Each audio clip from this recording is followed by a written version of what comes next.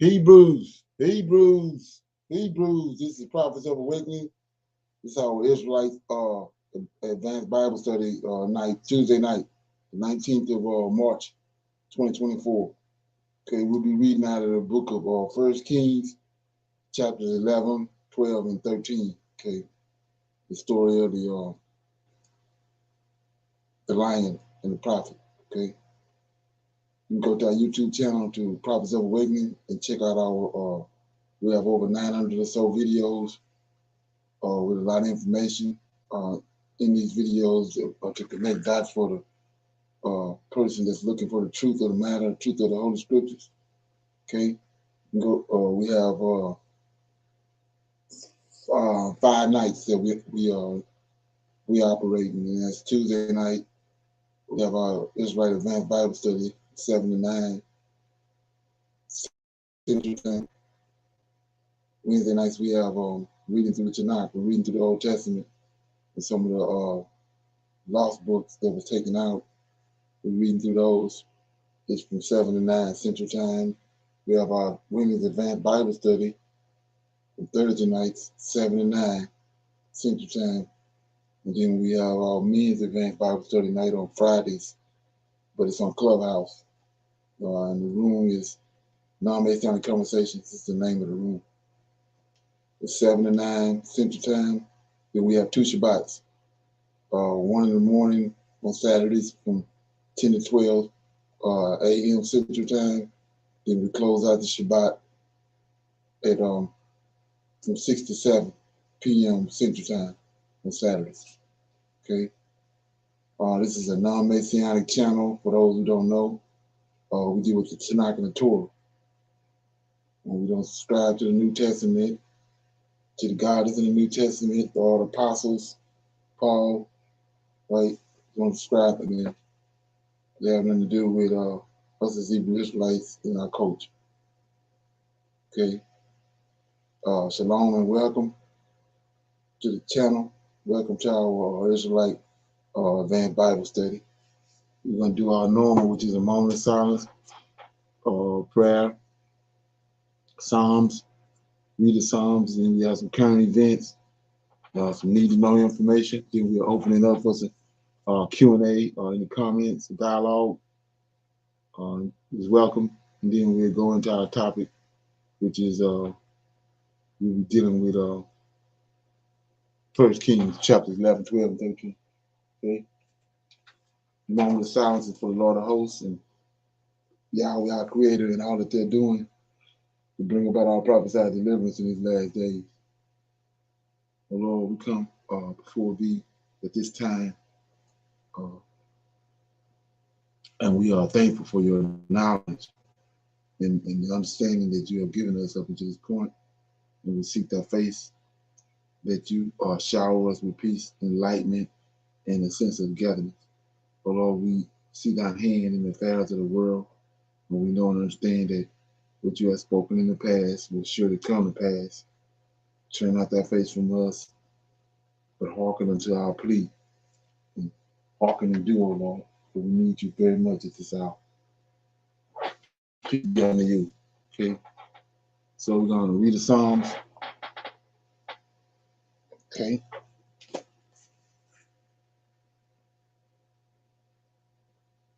Okay. I'm going to read Psalms 2. Okay. It's why do the heathen rage? Why do the heathen rage and the people imagine a vain thing? The kings of the earth set themselves, and the rulers that counsel together against the Lord and against his anointed, saying, let us break their bands asunder, cast away their cords from us. He that sitteth in the heavens shall laugh, and the Lord shall have them in derision. Then shall he speak unto them in his wrath, and vex them in his sore displeasure.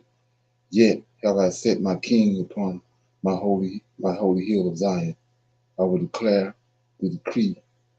The Lord hath said unto me, thou art my son, this day have I begotten thee. Ask me, And I shall give thee the heathen for thine inheritance, and the uttermost parts of the earth for, for thy possession. Thou shalt break them with a rod of iron, and thou shalt dash them in pieces like a potter's vessel. Be wise not therefore now, therefore, O ye kings, be instructed, ye judges of the earth.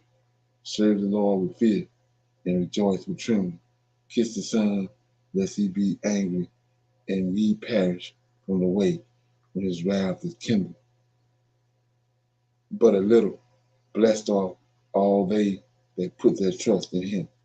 Okay, so that was Psalms 2, and it was why do the heathen rage? It's a Psalm of David.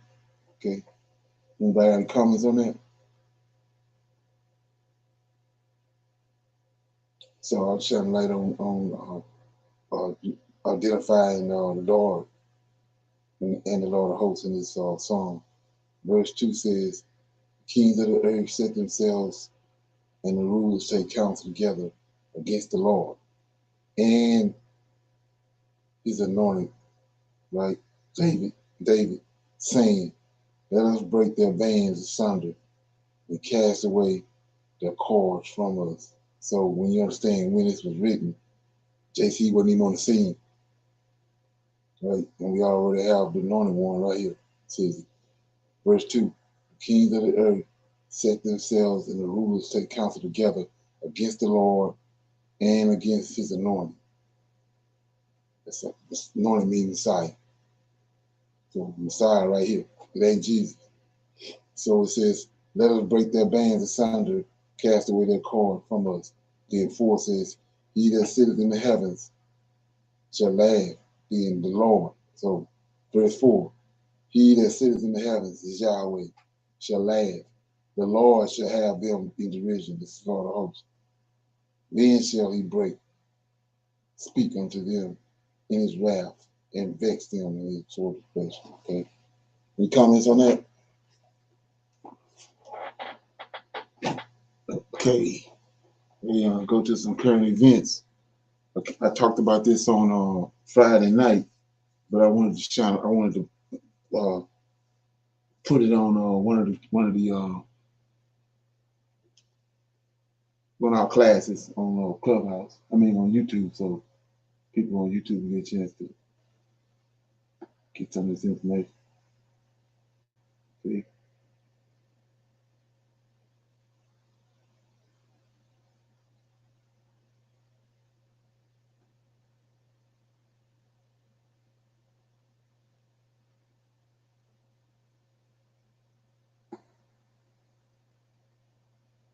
About as serious as it gets in diplomatic circles.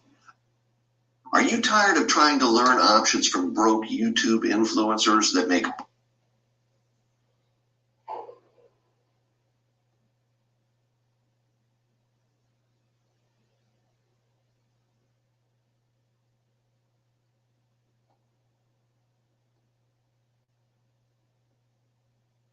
There's only one reason to get into this business, and that's to get to this table, this closing table. That's where those of Ibrahim Traore took power in a violent coup last September. Since then, he's been shaking up the old order and making enemies of powerful nations. Traore has no fear of the mighty. He's taken on the economic bloc ECOWAS, threatening war against them. Nigeria and Ghana, two regional heavyweights, are also in his crosshairs. Why is this 34-year-old army captain risking so much? What does he want to achieve by defying everyone? In this explosive video, you'll discover the motivations driving Traore's brazen actions. You'll see how he's rallying support by standing up to Western powers. And you'll understand the high-stakes game of brinksmanship he's playing that could ignite all-out conflict in West Africa. This whole fiasco kicked off when Ghana's president, Nana Akufo-Addo, made some bombshell accusations against Burkina Faso. On March 12, 2024, at the U.S. African Leaders Summit, Akufo-Addo stepped up and claimed that Burkina Faso's military government had allied with Russian mercenaries. not just any mercenaries, but the notorious Wagner Group. According to Akufo-Addo, Burkina Faso had hired these Russian fighters to help battle insurgents within their borders, but he didn't stop there. Akufo-Addo took it a step further, alleging that in exchange for the mercenaries' services, Burkina Faso had given away part of their southern territory to Russia. And these were some heavy-hitting claims to make on such a major international stage. Accusing another nation of handing over land to a foreign power like Russia is about as serious as it gets in diplomatic circles. Akufo-Addo's words immediately ignited a raging diplomatic crisis between Ghana and Burkina Faso. The allegations were like throwing a match on a pile of dry kindling. They sparked widespread concern and speculation among nations worldwide and global organizations like the United Nations. Many voiced interest in the matter, calling for a thorough, impartial investigation to uncover the real truth behind Akufo-Addo's explosive accusations against Burkina Faso. Akufo-Addo didn't just make these claims out of thin air. He claimed to have evidence supporting his allegations of a Burkina Faso-Russia mercenary alliance. While the specific details haven't been made public yet, the president hinted at intelligence reports and testimonies suggesting links between Burkina Faso's military and the Wagner Group fighters. Today, Russian mercenaries are on our northern border. Burkina Faso has now entered into an arrangement to go along with Mali in employing the Wagner forces there. I believe a mine in southern Burkina has been allocated to them as a form of payment for their services. Prime Minister of Burkina Faso in the last 10 days has been in Moscow. And to have them operating on our northern border is particularly distressing for us in Ghana. Apart from not accepting the idea of great powers once again making Africa their theater of operation, we have a particular position that you know about over the Ukraine war, where we have been very, very vocal and upfront about condemning the invasion of Russia by Russia. And therefore, then now to have this group in our borders is a matter of some considerable disquiet and concern for us. However, critics have been quick to question the credibility and solid foundation of whatever evidence Akufo-Addo is claiming to have. The international community is anxiously awaiting further clarification and a more detailed presentation of this supposed proof to assess its validity and relevance to the accusations. As the world waited with bated breath, Burkina Faso's military leader, Ibrahim Traoré, wasted no time firing back at Akufo-Addo's explosive allegations. In a recent interview, Traoré came out swinging, vehemently denying any alliance between his country and Russian mercenaries from the Wagner Group. Traoré didn't mince words. He called Akufo-Addo's claims completely baseless and lacking any factual evidence whatsoever. The military strongman questioned the very credibility of whatever proof Ghana claims to have, dismissing the entire situation as outright false from top to bottom. It's abundantly clear that Traoré takes immense pride in defending Burkina Faso's reputation on the world stage at all costs. His forceful, unwavering response shows he has zero tolerance for these kinds of damaging accusations aimed at portraying his nation as unfit. Traoré seems dead set on safeguarding Burkina Faso's image against what he believes are bogus claims fueled by ulterior motives. Okay. Anybody hear anything about that? Any comments?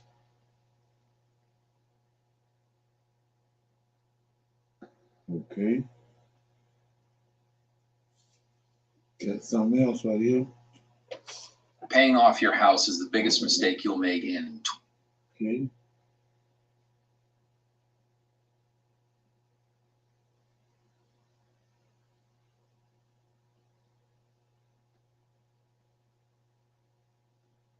War III is just one step away.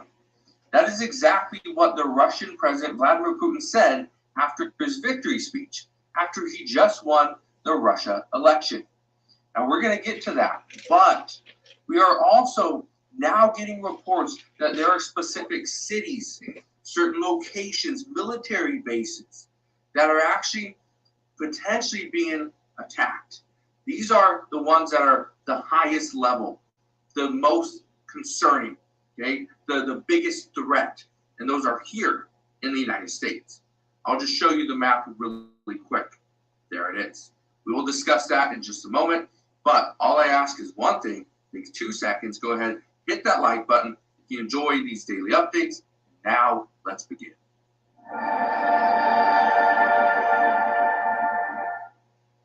So it is highly concerning that we are not just getting reports of a potential threat, but now we're being shown maps of places in the United States that are actually seeing the highest threat level. That's concerning. But it's all because of what just happened. Russian President Vladimir Putin, he scored a resounding win. And what's very problematic is we do not know what's next for Russia. All we know is that Vladimir Putin is now warning the West and NATO that we are just one step away from a full-scale World War III. Now, I want to read this to you, okay? Because this is an article from Newsweek, just came out, but says Putin warns of a full-scale World War III in his victory speech. Well, in his speech, yeah, and I want to read just a little bit of this to you, because again, I think this is very important.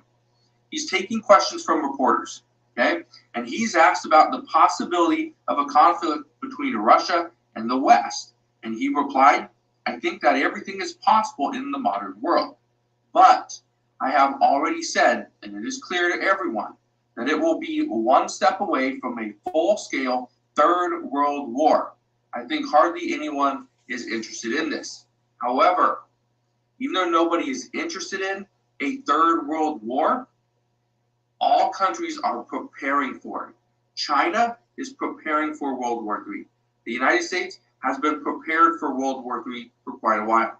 Russia is preparing for World War III, but at the same time, they're actually pushing out additional threats. For instance, this one. Putin warns again that Russia is ready to use nuclear weapons if its sovereignty is threatened. He also is very clear that the purpose of weapons is to use them. But when he's talking about nuclear weaponry, and then he says the purpose of weapons is to use them, what do you think that means? That probably means he is ready to use nuclear weapons. That's a concern. Now, I want to read you this, okay? It's another article from Newsweek. But the reason why I want to read you this is because this is a map that's showing U.S. cities that Russia would strike first if war were to break out. This was just published this morning. Now, I want to show you this because, again, everything's possible. Do we think Russia is going to come in and attack the United States here on our soil? No. That is likely not going to happen. However, just because it's not a high probability does not mean we should not be prepared for it. One of the things that somebody was saying the other day is that they're spending, thousands and thousands of dollars trying to put together an underground bunker. And this was, somebody wrote this in the comment, and I simply replied saying that, okay, that's great. That's good that you're preparing for something like that, but do you have things to prepare for something smaller? For example, just a cut. Do you have, excess water? Do you have food? Just in case something were to happen, like a grocery store gets shut down because their system doesn't work. They can't accept credit cards. They don't accept cash, right? What happens then? And you cannot go to the grocery store and buy water. You can't go to the grocery store or a pharmacy and get medicine. Do you have those things? Guess what the person said? No. Because they're putting all their money in their bunker. Well, if all the money's in the bunker, but yet the highest probability is we would see a cyber attack where you cannot go to the grocery store and buy anything because, well, if you don't have cash and you can't use your credit card, what do you do? right? That's the highest probability. But I want to show you this map, okay? I want to start by reading this article from Newsweek. Here we go. It says, the threat of nuclear escalation has never been ever present as the West continues to bolster Ukraine and frustrate the Kremlin's military campaign. For Moscow, the nuclear... How did Justin Bieber and The Rock get so damn rich? Okay. in deterring deeper NATO involvement in the conflict.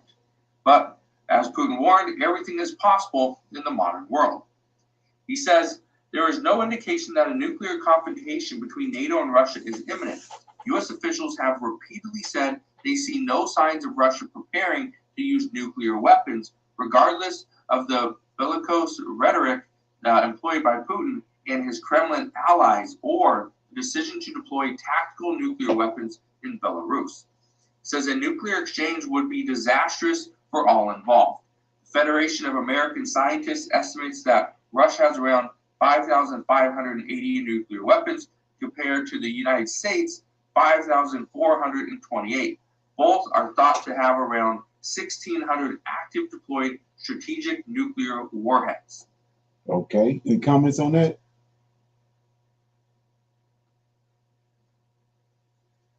Okay. Shalom. I've been hearing a little bit about Russia and how he's been, coming back and forth about what he has, and even during the time now for the election, he was on one of the morning shows, and they were trying to question him about what Schumer went over there to talk to him about, and he told him that people are not interested in no re-election. They interested in the war right now. So he wouldn't even answer a question. Is there something? Yeah, Yes, sir. that's what they normally do. Because these people know, those people know over there that how ruthless the news media is over here. So they have no respect for it. Yeah. Okay, that's some need to know information right here. Sisters, this is Dr. Abdullah, another proud and honored contributor to the African Gospel News Channel, giving you educational news from a foundational Black American man's perspective. If you like what you see, like what you're hearing, please subscribe, comment, like, and share. Today we're going to talk about Mississippi lawmakers' attempt to pass a bill to close the state's 3 and only 3 HBCUs. Let's roll that first clip. Students graduating from Mississippi high schools, one state senator wants to shut down 3 of the state's 8 public universities. Because of the so-called enrollment cliff, the schools will be competing to recruit a smaller number of students. We do not have enough appropriation right now to support 8 universities. And with the cliff, the downward spiral of enrollment, it'll even be worse. According to the March 6, 2024 Essence article, Mississippi lawmakers proposed bill that would shut down the state's only public HBCUs. 3 historically Black colleges and universities in Mississippi could permanently close if state lawmakers pass a proposed Republican-sponsored bill. According to the proposed specifics, Alcorn State University, Jackson State University, and Mississippi Valley State University are among the schools that could be shuttered as part of the Mississippi Senate Bill 2726, which aims to shut down 3 of the state's 8 public colleges and universities. Republican State Senator John Pope, who represents Mississippi's 44th District, drafted the 7-page proposal, but Mississippi institutions of higher education would make the decision on which universities would close. IHL officials would decide which universities to close by June 2025 based on enrollment, federal aid, tuition rates, degree programs, and local economic impact. Those schools will be mandated to shut down by the end of 2028. Every time I read something like this, as much as it angers me, it doesn't surprise me, because we know what them folks, as Brother Philip Scott also aptly applies, we know what them folks like to do. Whenever they think, we don't even actually have to have a leg up. If they just believe we have a leg up, that's all it takes. And, You're going to hear it every single time I'm here. Our institution should be run by us, started by us, run by us, funded by us, and maintained by us. That is the only way we're going to maintain ourselves in this global system of white supremacy. If you know like I know, please keep your head on a swivel, be mindful of all the things around you, and keep your education intact. Once again, this is Dr. Abdullah, another proud and honored contributor to the African Diaspora News Channel. Please subscribe, comment, like, and share. What do you think? Okay. Any comments to that? Anybody heard anything about that? Shalom. Yes, sir, I have. And it's just like he says, it's not a shock or surprise to me. And then the state it's in, you can expect that. They got a lot of stuff, just like we heard about them, arresting people on traffic accidents and it wind up they're dead. And then they buried them, at the police department under something, in the ground over there. Nobody knew about it. So, they've always been doing these things. And to close the black schools, universities there, that's just another slap in the face. Right. Right. Go back to the critical race theory too. They tap that. So they see that knowledge is increasing and they being exposed. That's what a lot of that's about. Anybody else? Okay. We got we're gonna open it up for some quick Q&A. Any comments, the dialogue about anything you came across or you heard on the channel that you want to talk about or share? Shalom. I want to ask you a question.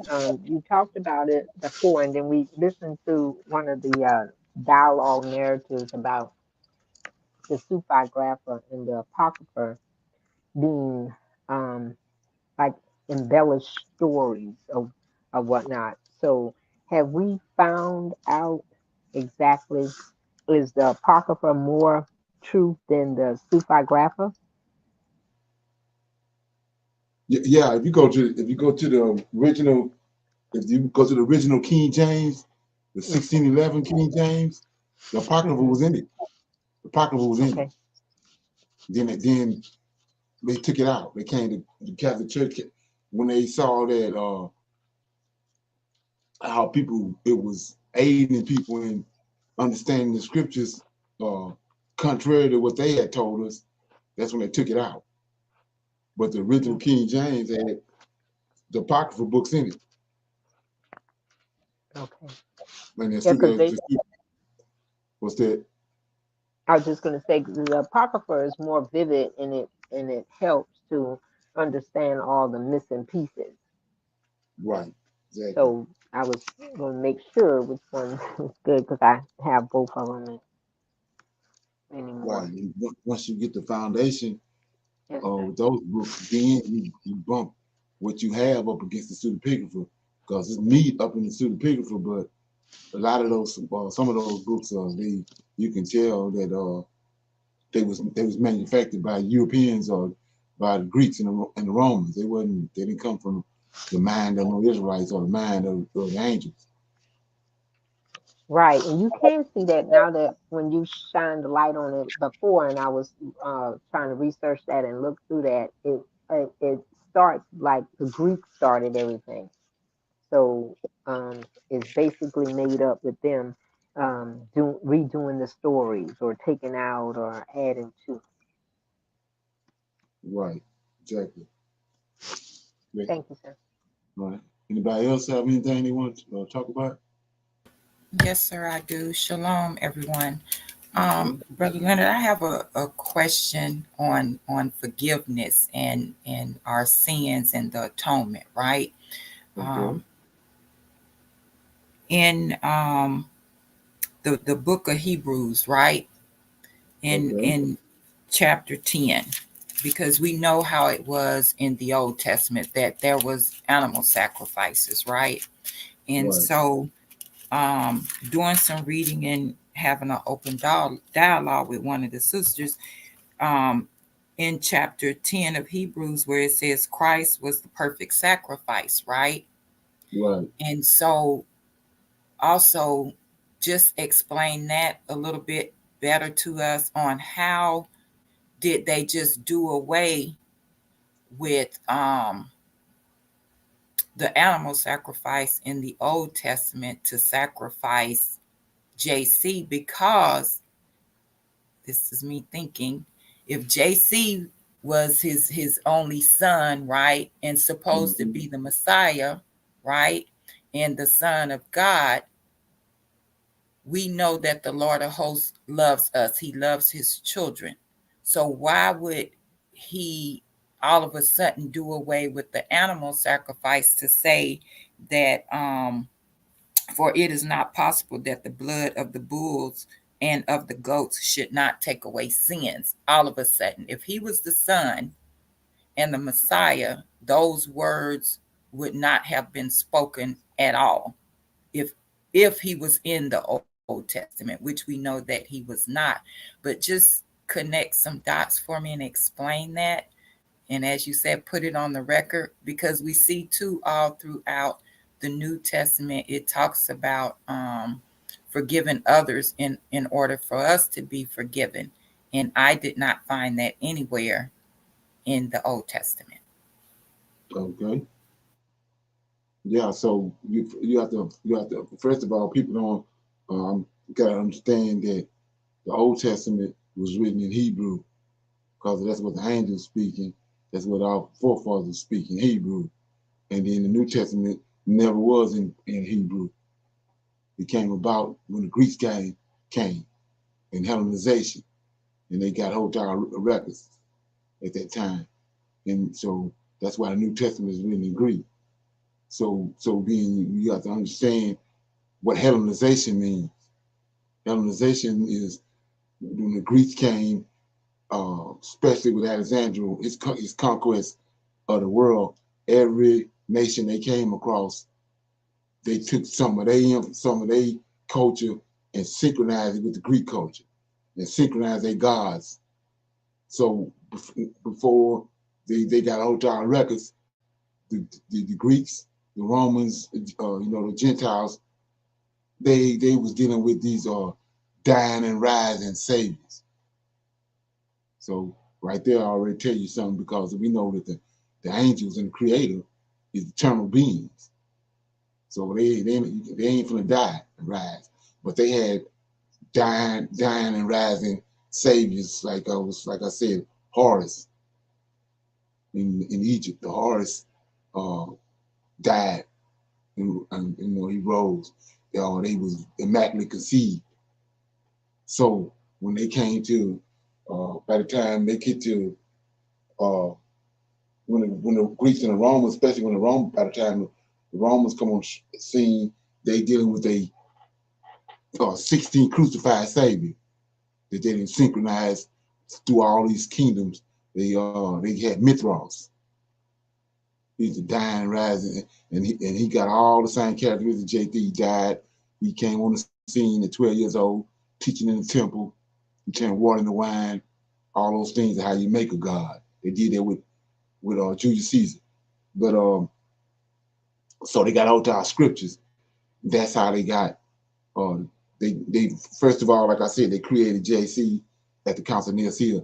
Then they came back, put him in the Old Testament. And how they did it was, when you understand what typology is, like we were just reading. For example, you go to Psalms. I think it's Psalm chapter 2. Psalms 2. And you'll see, like, I just read it, I believe. It says, why do the heathen rage and the people imagine a vain thing? Kings of the earth set themselves, and the rulers of take counsel together against the Lord and against his anointed. Let us break their bands asunder and cast away their cord from us. He that sitteth in the heavens shall laugh. The Lord shall have them in derision. Then shall he speak unto them in his wrath and vex them in his displeasure.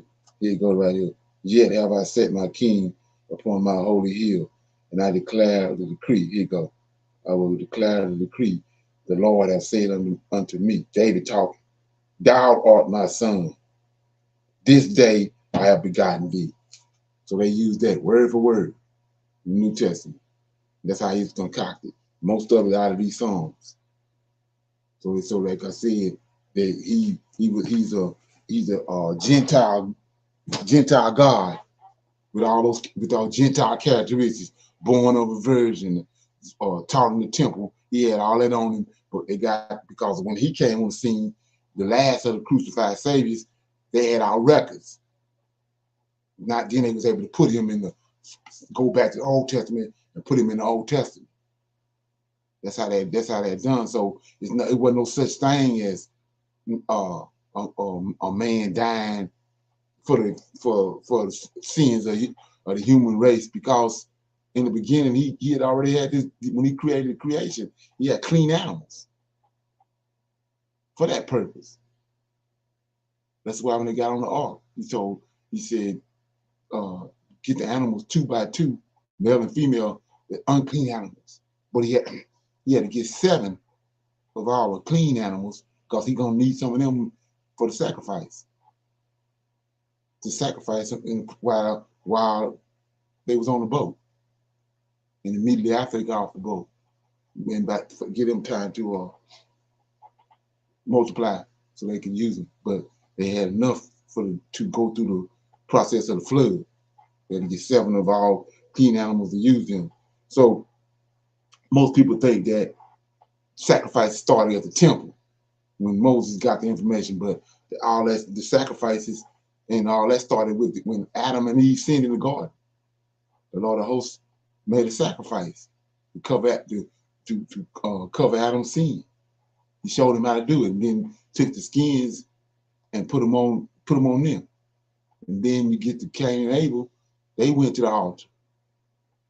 And then we know Cain knew to take the fat out. All the things that you see them we've been talking about in doing the Israelites culture. When they were sacrificing, he told him, take the fat from under the coal and take the back and all this stuff and burn it on the altar. That's what Abel did. He took the fat. Let's read it. So it says in Genesis chapter 3, I think it is. Yeah. Genesis chapter 3, it says, we'll pick it up in chapter 4, verse 1. Adam knew his wife Eve. It said Adam knew Eve, his wife, and she conceived and bore Cain, and said, I have gotten a man from the Lord. And she again bore his brother Abel, and Abel was a keeper of the sheep. Abel was a keeper of the sheep. Just like David, just like Moses, they all kept sheep. But Cain was a tiller of the ground. And in the process of time, it came to pass that Cain brought the fruit of the ground as an offering. See that? They're making offerings all the way back here unto the Lord. And Abel, he also brought of the firstling of his flock and of the fat thereof. So they understand all that. So and the Lord had respect for Abel and his offering. So go all the way back. Then we can go to one more place. So the blood of these animals is what cleanses us. You don't need no man to come cleanse no blood for Israel. These animals, these innocent animals that he formed and created from the beginning for that purpose. So we go to chapter 12, Genesis. Genesis chapter 12.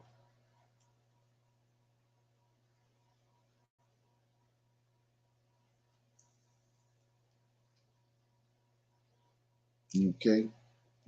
Genesis chapter 12 is,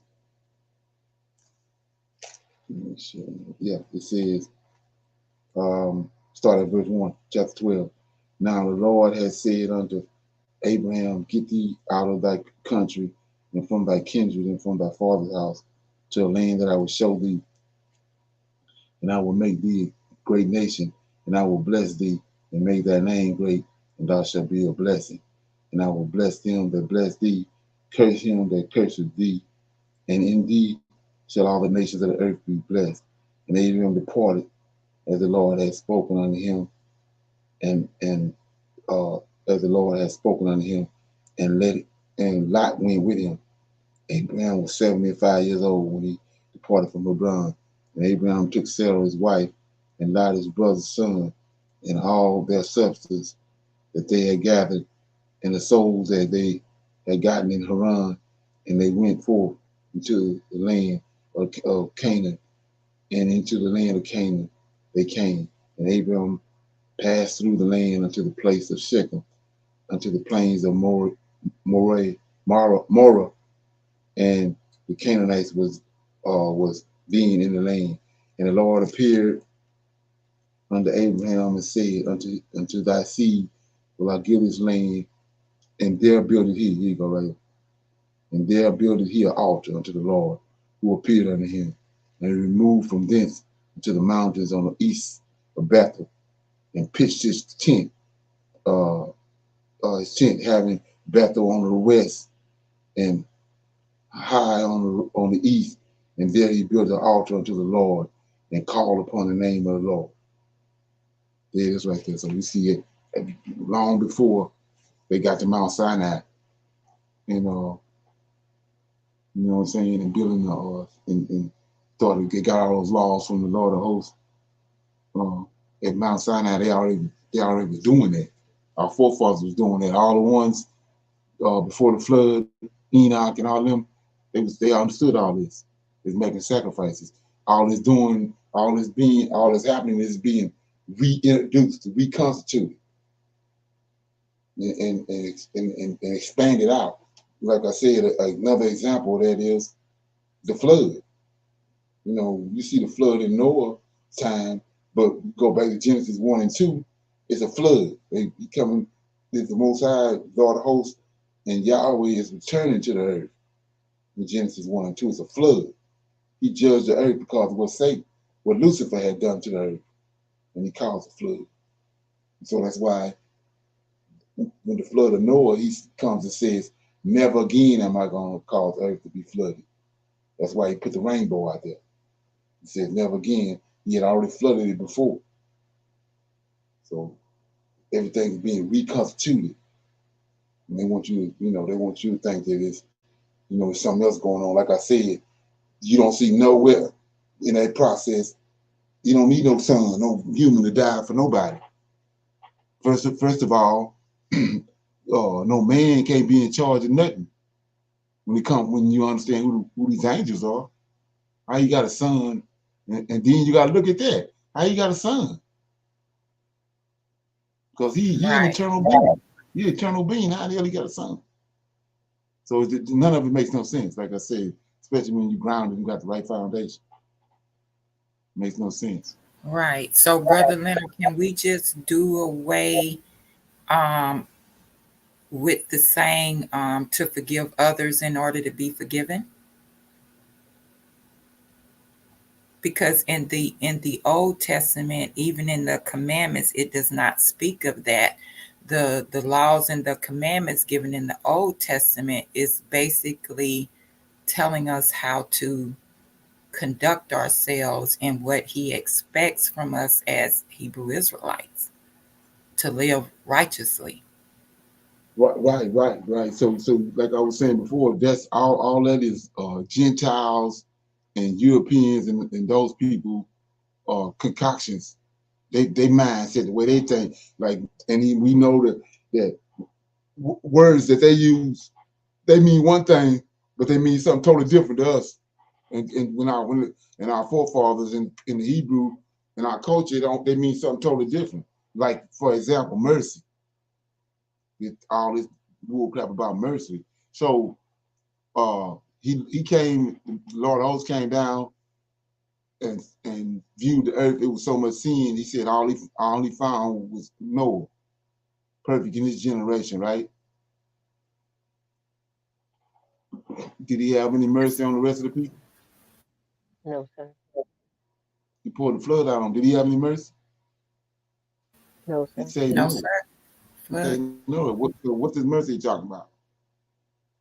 and at the same, you know, those are lies. Then, like I said before, seed time and harvest.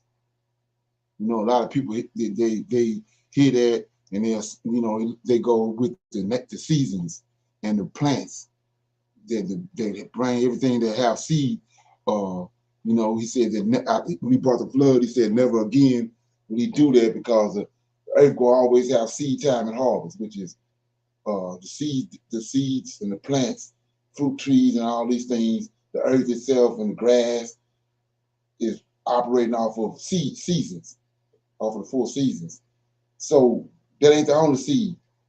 You got sowing a seed that you wickedness. You can sow a wicked ass seed. And so you can't sow a wicked ass seed and don't get the repercussions to it. If you sow it, then you're gonna get the repercussions of it, which is the law, statutes, and judgments. Like I said, Michael, the Lord of hosts, is a judge. He's the judge on the earth. Yahweh made him the judge of the earth. That's why when he came in contact with Abraham, he was on his way to judge Sodom and Gomorrah. He went to Egypt and judged Egypt. For what? The seeds that they sowed. If they didn't sow no wicked ass seeds, they don't have to worry about getting judged. So you can't sow no seeds, just like the concept with JC. He died for our sins. So if he died for our sins, that means you can do whatever the hell you want, because he already died for them. That's crazy. So the same thing with the you sow a wicked ass seed, it's repercussion to it. You can't get out of it. You sow a wicked seed. So that don't go along with the New Testament. Like I said, a prime example when our forefathers, they want you to think it was our forefathers, but when our forefathers in the land and somebody was caught with adultery, wasn't nobody finna bend down on the ground and write some shit saying and they get out of it. They're gonna get judged. Yes, They're gonna sir. get judged. Right. Yes, sir. Thank you. So that's all. Sir. It's all. I said that's all Gentile concepts.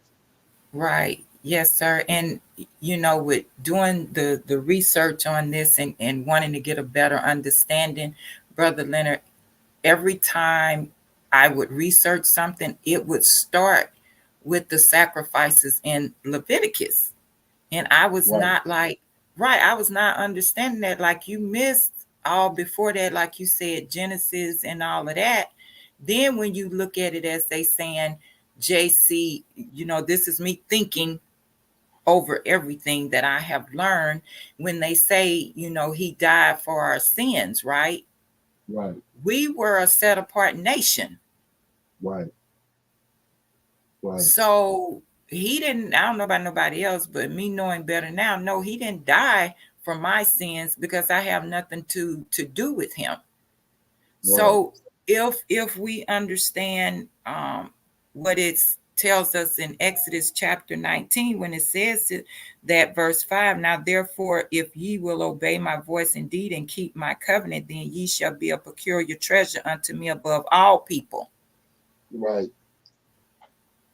So yes, sir, just overlooking all of that. And I know you would be able to connect some dots for me or whatever, but just really wanting to get an understanding of, the way we done things in the Old Testament versus what they do in the New Testament, saying that they're bringing us together and do away with the Old Testament now.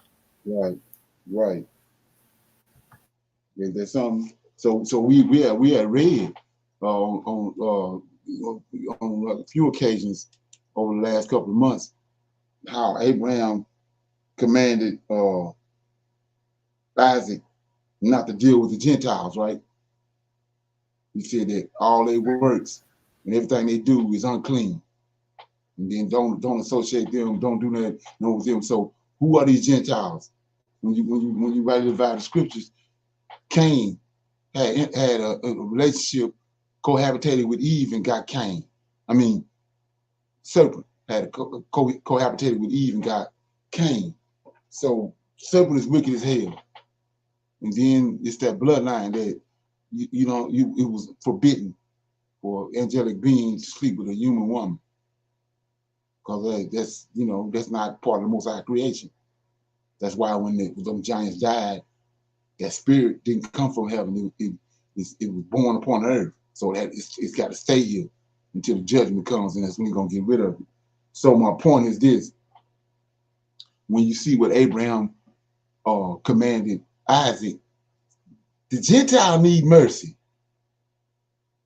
You know what I'm saying? He wicked as hell. He says there's nothing they can do. He says it's no law. There's no remission of sin or nothing if a man deal with a Gentile. He said, and he's showing you in Jubilees that they unclean. So when you come to the New Testament, that's why the New Testament was concocted. They need, then they didn't have no God. Like the scriptures keep telling you, Israel God is amongst them. He's a living God. They had these idols and these concoctions that they had for all them years. So they wanted, like the scripture said, they wanted a God. They wanted the God because of the understanding that Esau had. They wanted the God of the Israelites. So when opportunity presented themselves, that's when they concocted the New Testament and wrote him into the New Testament. But under the guise of JC. So when you go to Adam, when he created Adam, they said Adam was made perfect until he sinned. So Adam ain't need no mercy. It's the Gentiles that need mercy. They the ones unclean, wicked as hell. It's like a pig, a swine. Yahweh already told you he ain't clean. It ain't shit you can do to make him clean. And he also tell you the same thing. If you can handle it, that the Gentile ain't clean. Just like the hog. Ain't nothing you can do to clean him up. You told us that.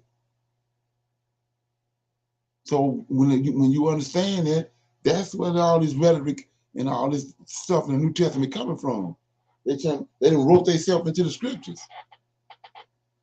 How can you say when what all you read in Jubilees, how he don't want us to dealing with, even in King James in the Old Testament, he don't want us dealing with them. Then all of a sudden now the same people, the same thing that made them unclean in the Old Testament, now all of a sudden they clean. Or they can be clean. No. Yes, sir. It's crazy. And like I said before, I didn't come to terms with the information. You know, I'm not racist or nothing like that. I'm going with what the scripture said, what the Creator said, what the Creator said in place. He said they unclean. And our forefathers said they was unclean. Okay. Did that answer the question? Yes, sir. Thank you. Okay. Anybody else got anything? Okay, so yeah, so I'm dealing with first. I think the story is in First Kings chapter 13, but I'm gonna read up to it to get a better understanding of. I'm gonna start in chapter 11, but I'll play the video first. So I don't know if anybody familiar with it about the prophet that the Lord of hosts sent to Jeroboam. Whenever said Jeroboam or Solomon sinned in his at older age, when he got older, he started sinning and turning away from the Lord, and caused the nation of Israel to be split up to two kingdoms, one the southern kingdom and one the northern kingdom. The northern kingdom was the 10 tribes, southern kingdom was Judah, Benjamin, and Levi. And the 10 tribes was the other 10 boys along with Ephraim. And so Jeroboam, which is the person he made king over the 10 tribes, was out of Ephraim. And the reason being, Ephraim is out of Joseph. Joseph got the same blessings on him that David got. So that's why Jeroboam was chosen. But I'm going to play the story Anybody familiar with the story?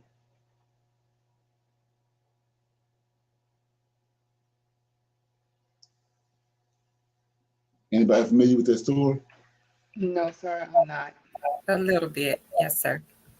Okay, I'll play this, and then we're going to read it. We'll read it. In which a prophet, sent by God to Bethel, brings an urgent message to King Jeroboam of Israel. At first glance, the story may seem ordinary.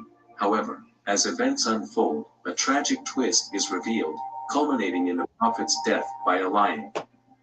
What makes this all special is that every detail of this story contains profound lessons about the sovereignty of God. If this is a theme that intrigues you, consider watching this video until the end. If it resonates with you, leave a like and share with your friends and family. The sad tale of the prophet slain by a lion and why God allowed it. Before we delve into the story of the prophet sent by God to Bethel, it is important to understand the historical context behind this intriguing account from the Book of Kings. Set in a post-reigns era of David and Solomon, the stage is Israel, a nation that experienced a time of glory during these reigns but now faces a crossroads. With Solomon's death, the unified kingdom of Israel found itself divided. This division occurred due to oppressive policies and the folly of Solomon's son, Rehoboam. The northern kingdom, known as Israel, was formed by Israelite tribes under the leadership of Jeroboam, a former official of Solomon. On the other hand, the southern kingdom, comprised of the tribes of Judah and Benjamin, remained under the Davidic dynasty, with Rehoboam as king. This division not only marked a period of political instability, but also triggered a spiritual crisis. Jeroboam, though divinely permitted to politically divide the kingdom as part of God's judgment against the house of Solomon, overstepped boundaries by establishing centers of idolatrous worship in Bethel and Dan. These actions not only led Israelites away from true worship of the Lord, as established in the Mosaic Law, but also directly represented a rejection of God's sovereignty.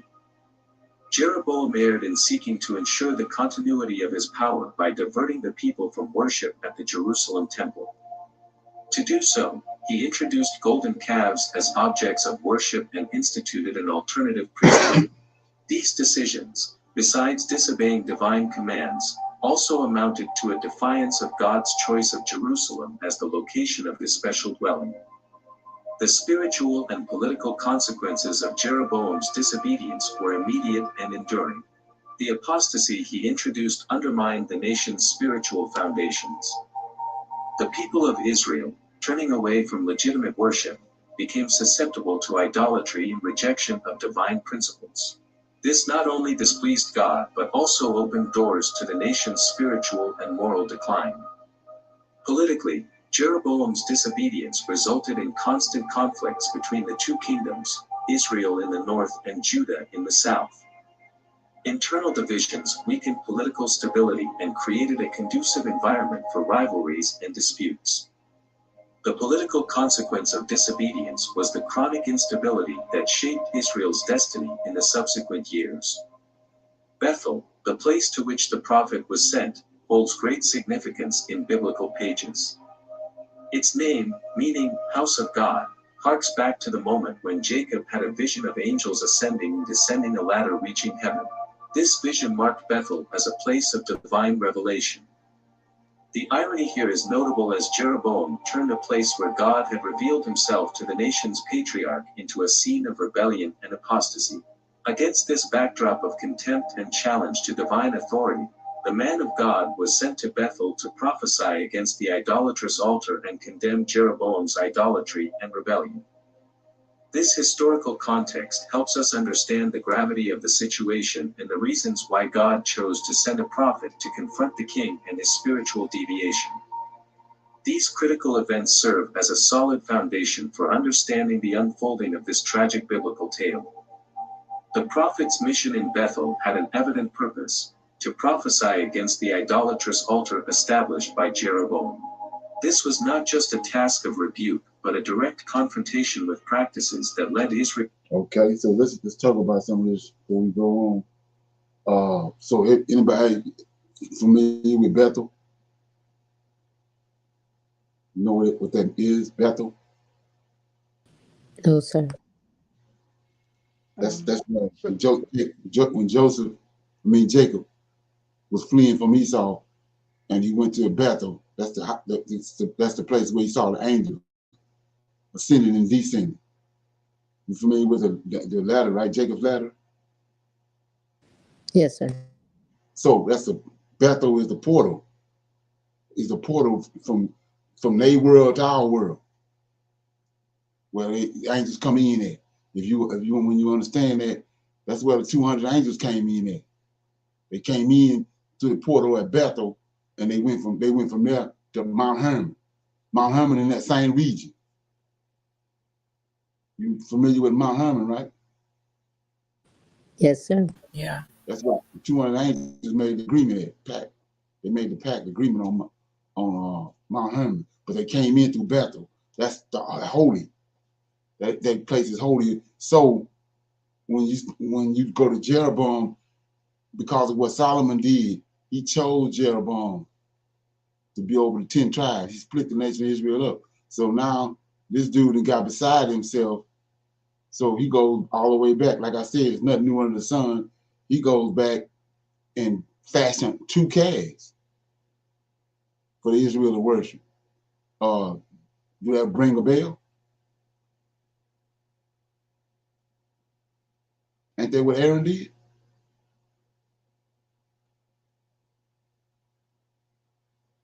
Okay. That's what who did, Brother Leonard? Aaron. At When Mount Sinai. when They was at Mount Sinai, when Moses was up there for the 40 days and 40 nights, Aaron stayed down at the bottom of the mountain. He built the people got him to build a golden calf. Yes, sir. Right. So out of Egypt, because that's what Egypt was worshiping, the golden calf. So they didn't appreciate him delivering them, because when they got to the bottom of the mountain, they got Aaron to build a golden calf. Well, years later, after they became a nation, David came and went, Solomon came and went. This dude Jeroboam built 2 more calves. But guess where he built them at? He built them at Bethel. The spot where the Creator, Yahweh, and these angels coming into this dimension, which is holy. So he built these 2 calves there. And so the reason why he built the calves was the people still wanted to go to Jerusalem, to Bethlehem. That's where he tells you that's where his place of rest at, is Jerusalem. So because all of a sudden he got this little authority, he don't want to take the people, the 10 tribes. He don't want them to go there on the feast days and on the holy high days. He don't want them to go to Jerusalem, because he know that stigma that's there. The son of David is there, all the history of Israel there, and the people gonna repent, and they're gonna turn back. And he look at his authority, he gonna lose his authority. So we created a whole nother place for them to worship, where he don't want them to go back to Jerusalem to deal with what the Most High had set up from the beginning with Moses and all that, the temple, and all that, the feast days and all that, him being there. So he created this other place, which was the apostasy.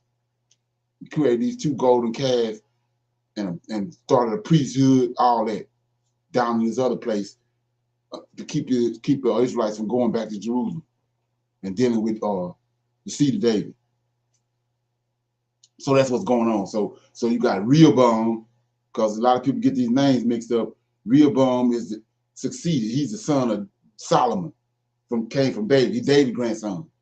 Jeroboam is out of Joseph lineage, and he's ruling the 10 tribes. Jeroboam, Rehoboam. So anyway, like I said, Jeroboam don't want the Israelites to go back to Jerusalem. He don't want the nation of Israel to come back together, because he gonna lose the little power he had, the Lord host that gave him. So like I said before, same thing going on today. You hear all these people hollering about why we can't get along. It's because of that. It's the Negroes that's in place. They ain't the one. And that's all by design. So, any comments so far? A question? Can y'all hear me? Yeah. Yes. If I can, Leonard, I'm gonna give just for a little caveat on Bethel.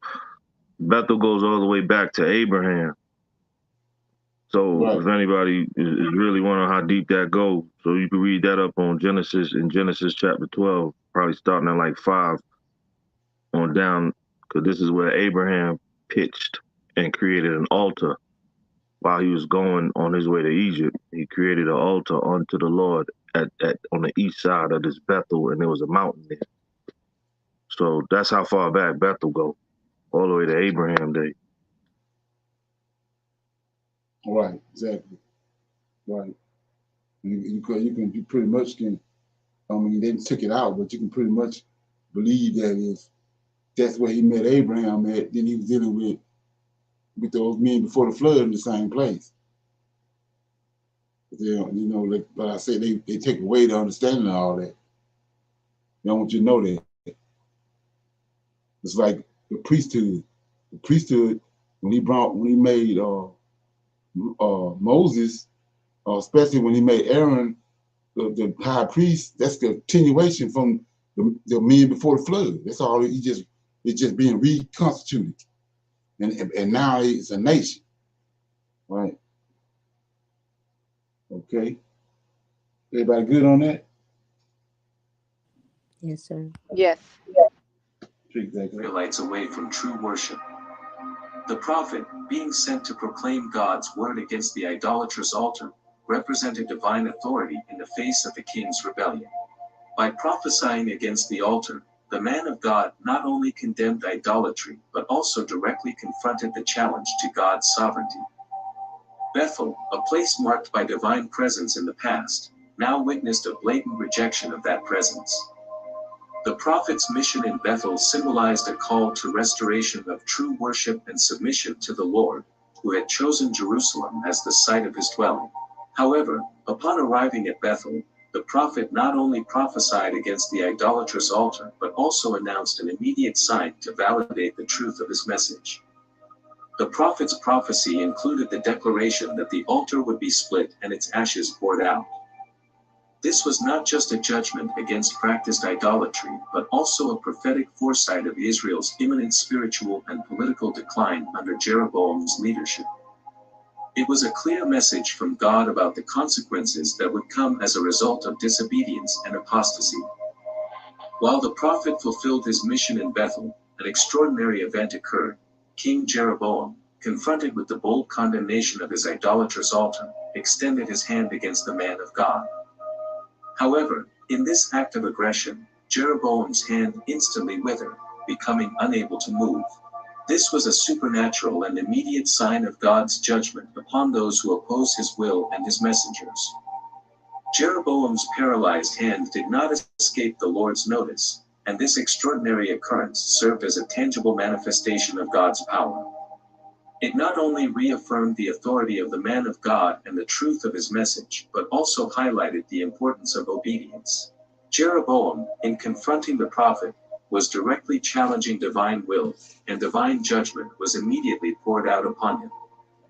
Faced with this miracle, Jeroboam, humiliated and frightened, pleaded with the prophet to pray to the Lord to restore his hand. God, in his mercy, heard this petition, though he did not nullify the consequences of the king's idolatry and disobedience. This demonstrated not only the authority of the man of God, but also God's mercy in response to genuine repentance. This part of the story emphasizes the importance of submitting to divine commandments and warns of the immediate consequences of rebellion. It offers profound insight into how God deals with disobedience while highlighting the opportunity for repentance and restoration when hearts turn to Him. This supernatural interaction is a striking reminder of the need for obedience to God's will, regardless of circumstances. Following these events, the man of God also pronounced a remarkable prophecy about a future king. It was an impressive prophecy about an event that would occur 3 centuries later, the coming of a king named Josiah, who would be born in the house of David. Unlike Jeroboam and many who followed him, Josiah would be a just leader faithful in the eyes of the Lord. The prophecy implies that this king, at some future point, would demolish idolatrous altars and restore true worship in Israel. The temporal specificity of this prophecy is remarkable. It pointed to an event that would occur approximately 300 years after the prophet's pronouncement. King Josiah, upon emerging in Israel's history, would meticulously fulfill the prophetic words, destroying the altars of idolatry and restoring devotion to the true God. This prophecy reveals God's omniscience, who knows the future and delineates the destinies of nations and their leaders. It also highlights God's faithfulness to his word over time, demonstrating that his plans and purposes unfold according to his sovereign will. The fulfillment of the prophecy concerning Josiah is a powerful testimony to the truth of the scriptures and divine authority over human history. But be patient, for this story will take a tragic turn, full of lessons and meanings. After fulfilling his purpose by delivering prophecies in Bethel, the man of God decides to depart and return to Judah. God then commands the prophet not to eat bread, not to drink water, and not to return by the same path he took when going to Bethel. These seemingly simple instructions carried significant symbolic weight and deep spiritual importance. The prohibition against eating bread and drinking water represented a strict separation of the prophet from common practices of everyday life. This abstention from food and water was not merely a dietary restriction, but rather a symbolic fast of consecration and separation for divine purpose. These physical privations were meant to symbolize the holiness of the mission and the need for complete dependence and obedience to God. The command not to return by the same path he had taken when going to Bethel also carried significant connotations. It was not just a rude instruction to follow, it was a divine command to avoid the repetition of past experiences and the spiritual contamination that could occur by returning to previous places. This instruction highlighted the need to maintain spiritual integrity and not allow negative influences along the way back. These instructions were, therefore, a call to complete dedication and separation for the specific mission the prophet had in Bethel. They emphasized the seriousness of divine purpose and the importance of maintaining unwavering spiritual purity in the face of temptations and challenges he would encounter during his journey. Each dietary restriction and specific direction represented a practical test of the need to obey God unconditionally and to remain free from worldly contamination. The critical moment in the prophet's life is not limited only to interactions with Jeroboam or the fulfillment of prophecy, but also to his personal decisions and attitudes throughout the journey. Before embarking on his return, the man of God unexpectedly encounters an old man who identifies himself as a prophet from Bethel. This old prophet, apparently a faithful companion in faith, claims to have received new instructions from an angel of the Lord, which directly contradict the specific orders previously given to the man of God. The old prophet invites the man of God to go to his house and eat bread and drink water, going against divine restrictions. Inexplicably, the man of God succumbs to the persuasion of the old prophet and agrees to accompany him to his house. At the house of the old man from Bethel, the man of God eats bread and drinks water, contrary to divine orders. This moment is revealing and brings an important reflection on human vulnerability to influence and deception, even from those who seemingly share the same faith. The man of God's trust in the old prophet and his willingness to accept the new instructions without questioning reflect human propensity for disobedience, often driven by external influences. This incident highlights that even the most faithful and dedicated can be susceptible to deception when confronted with seemingly well-intentioned persuasions. Human frailty in the face of the influence of the ancient prophet warns us about the ongoing importance of discernment and spiritual vigilance. The failure of the prophet from Bethel serves as an urgent alert about the dangers of blindly trusting others, even those who appear to be aligned with the faith. By succumbing to the persuasions of the prophet from Bethel and disobeying God's clear instructions, the man of God begins his return to Judah. However, During this journey, he encounters an unexpected and tragic situation. A lion attacks him, resulting in his death. The intriguing fact is that the lion does not devour the prophet's body or his donkey, remaining beside them even after death. This death is not merely lamentable but also carries supernatural significance, as an immediate divine judgment.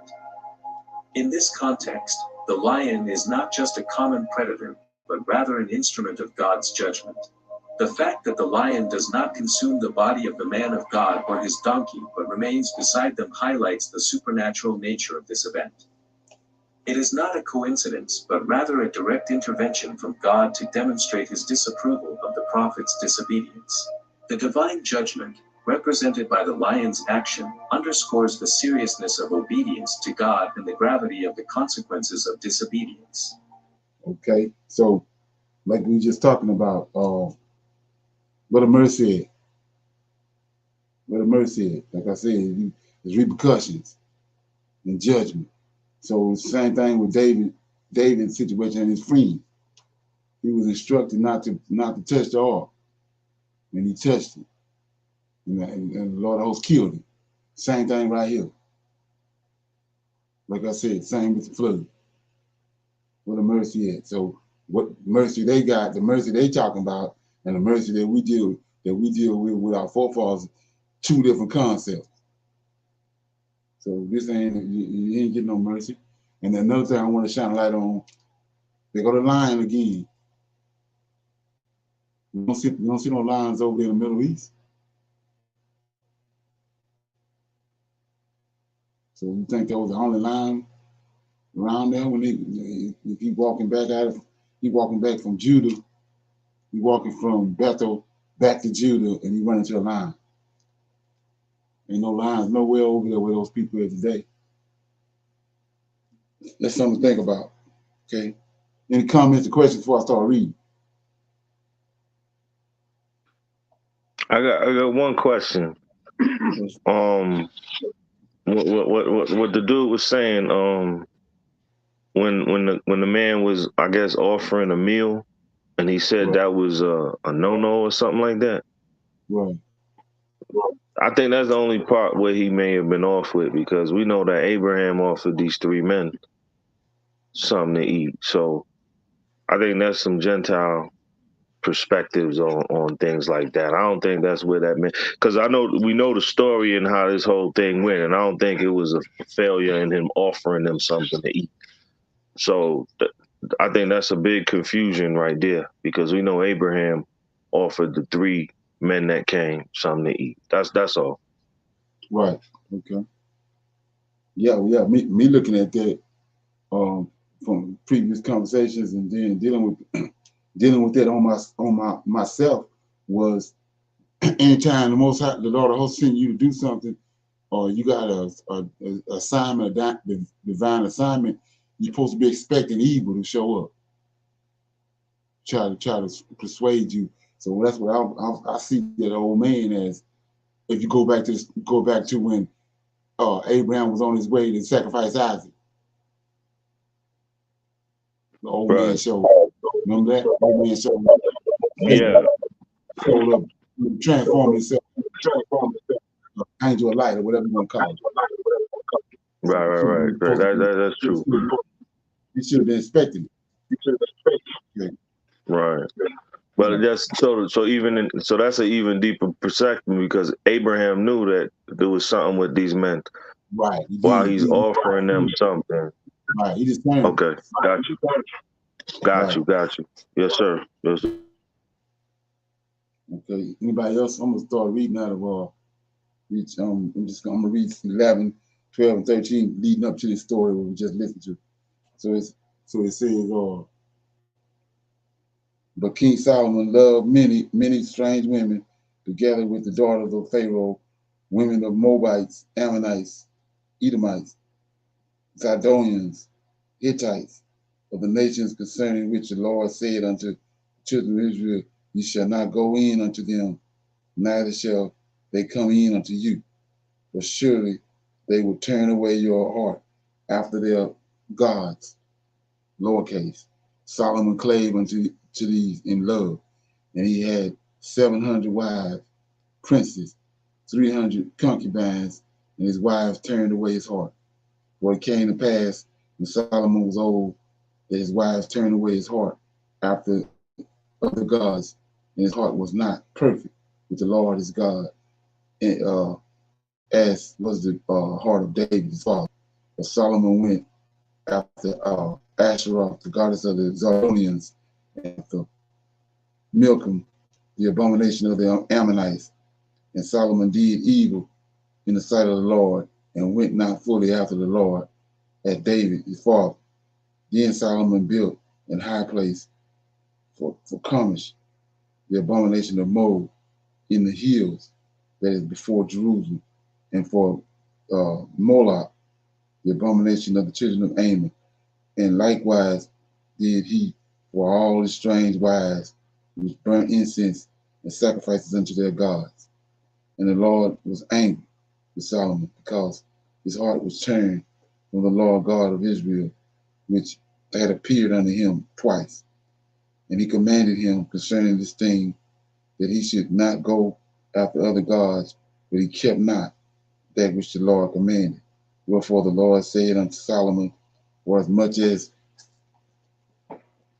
this is done of thee, and thou hast not kept my covenant and my statutes, which I have commanded thee, I will surely rend the kingdom from thee, and I will give it unto thy servant.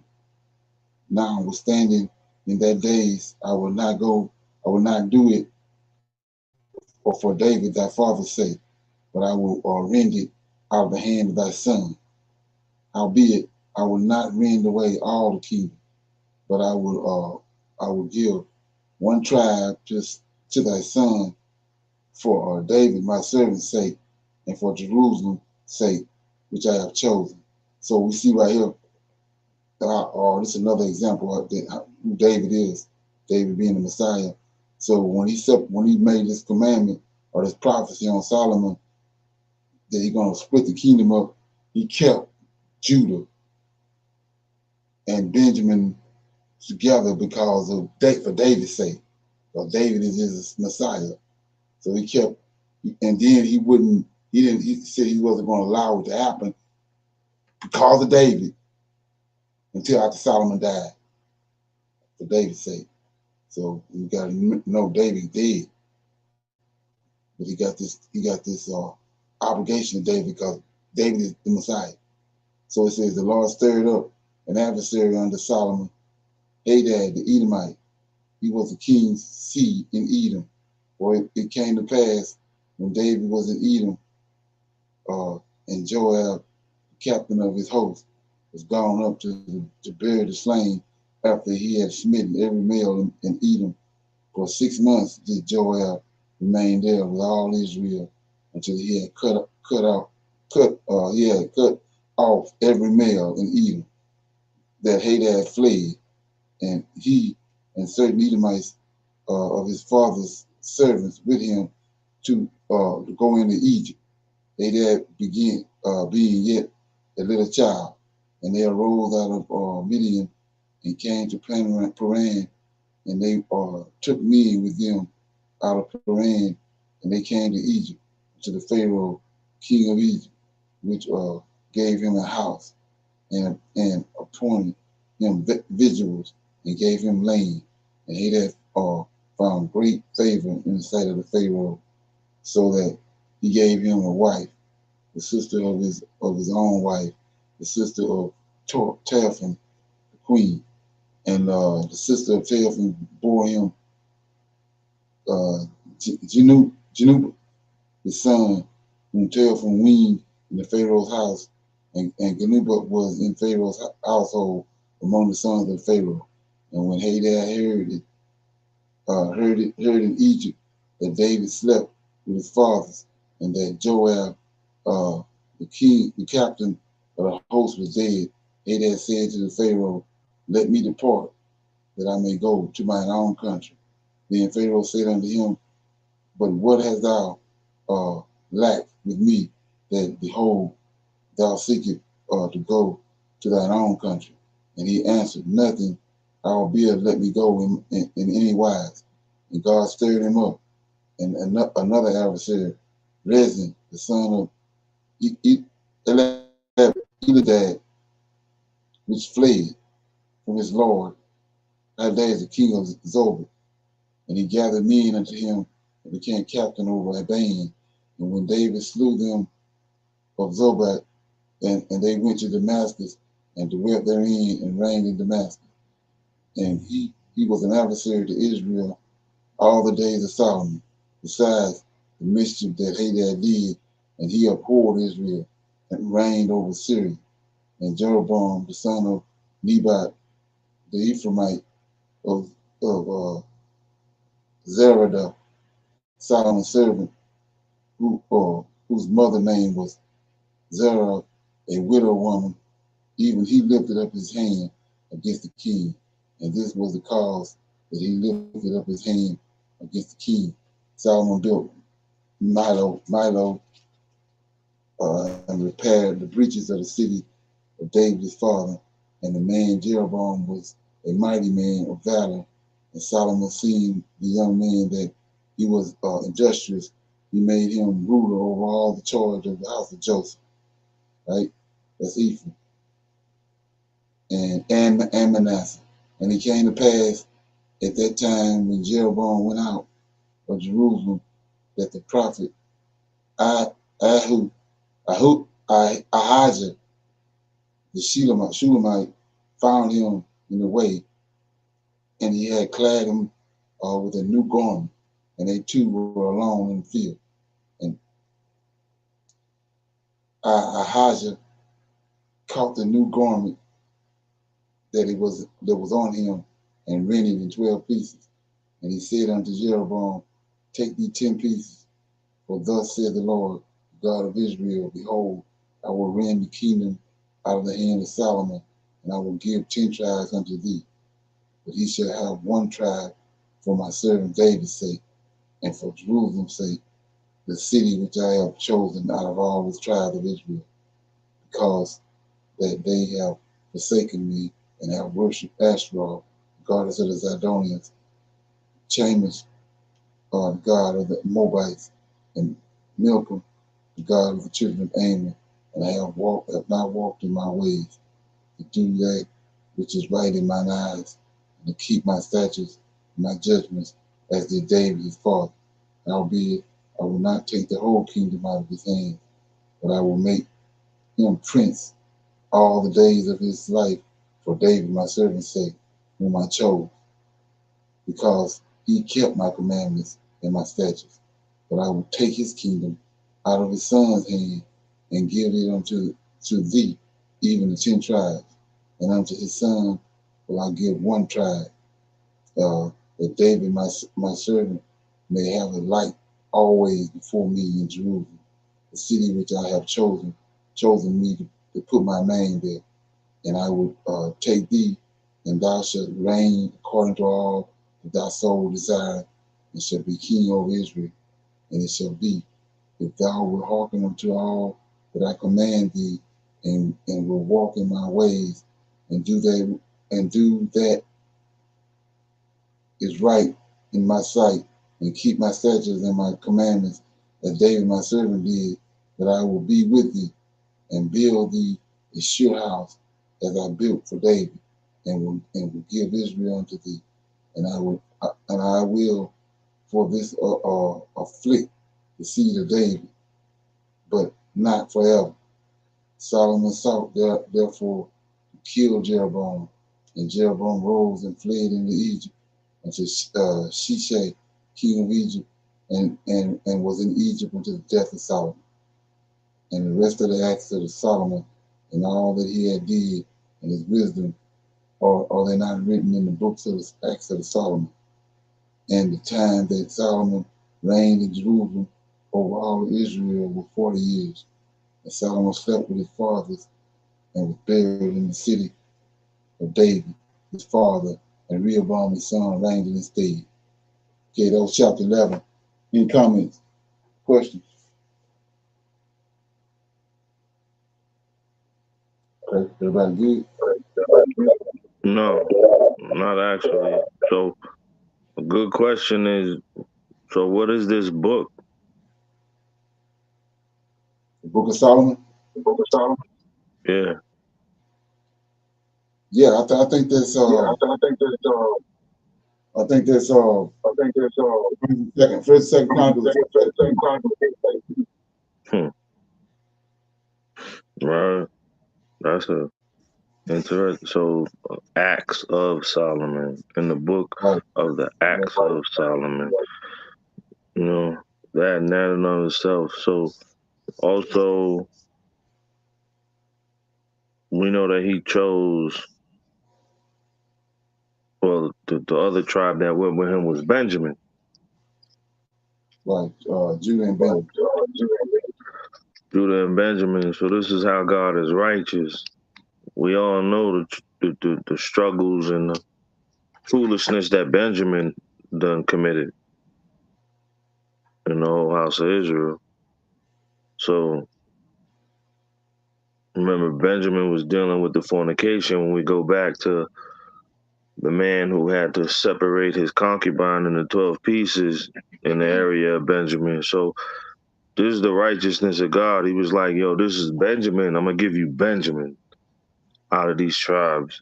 So this is how serious what Solomon did was that he gave him Benjamin, a rebuilt tribe that was Right. rebuilt of strange women and outside women that was not righteous, that was not Hebrew, quote unquote, Israelite women. So that's how God leveled the playing field. That's how God worked. Right. You can see Saul also is out of the tribe of Benjamin. Saul is a Benjamite. Yes, Right. sir. Before David came on the scene, Benjamin was the royal family because of Saul. A lot of people overlook that. That's why there's a lot of drama was in that. Okay. Anybody else got any comments on that? Chapter 11. Okay, yeah. So another thing too, like I was saying, when you understand how they got JC, how they got the New Testament, they just copying. Like I said, Hellenization. They just taking what was there from the Israelites, and they tied it into their culture and the cultures they had came across, like Buddhism, Buddha, and all that. They came in contact with Buddha and all that, and before they got hold of our records. So all that was already synchronized. Then when they got hold of our records, they synchronized it with our records. And my reason I'm saying the example is what we just talked about, the Acts of Solomon, right? And the book in the New Testament called Acts. Okay. Yes, sir. Yes, sir. So yeah, so I'm in chapter 12. Somebody want to read that, or you want me to read it? I got you. The sister want to read it? Yeah, you can read 12, but I'll read 13. All right, go ahead, Joyce. Oh, hi. Thank you. Shalom. And Rehoboam went to Shin, is that Shikshim? Shechem. Shechem. Shechem. And Rehoboam went to Shechem, for all Israel were come to Shechem to make him king. And it came to pass when Jeroboam, the son of Nebat, who was yet in Egypt, heard of it, for he was fled from the presence of King Solomon, and Jeroboam dwelt in Egypt. Verse 3, that they sent and called him, and Jeroboam and all the congregation of Israel came and spake unto Rehoboam, saying, Thy father made our yoke grievous. Now therefore make thou the grievous service of thy father, and his heavy yoke which he put upon us lighter, and we will serve thee. And he said unto them, Depart yet for 3 days, then come again to me.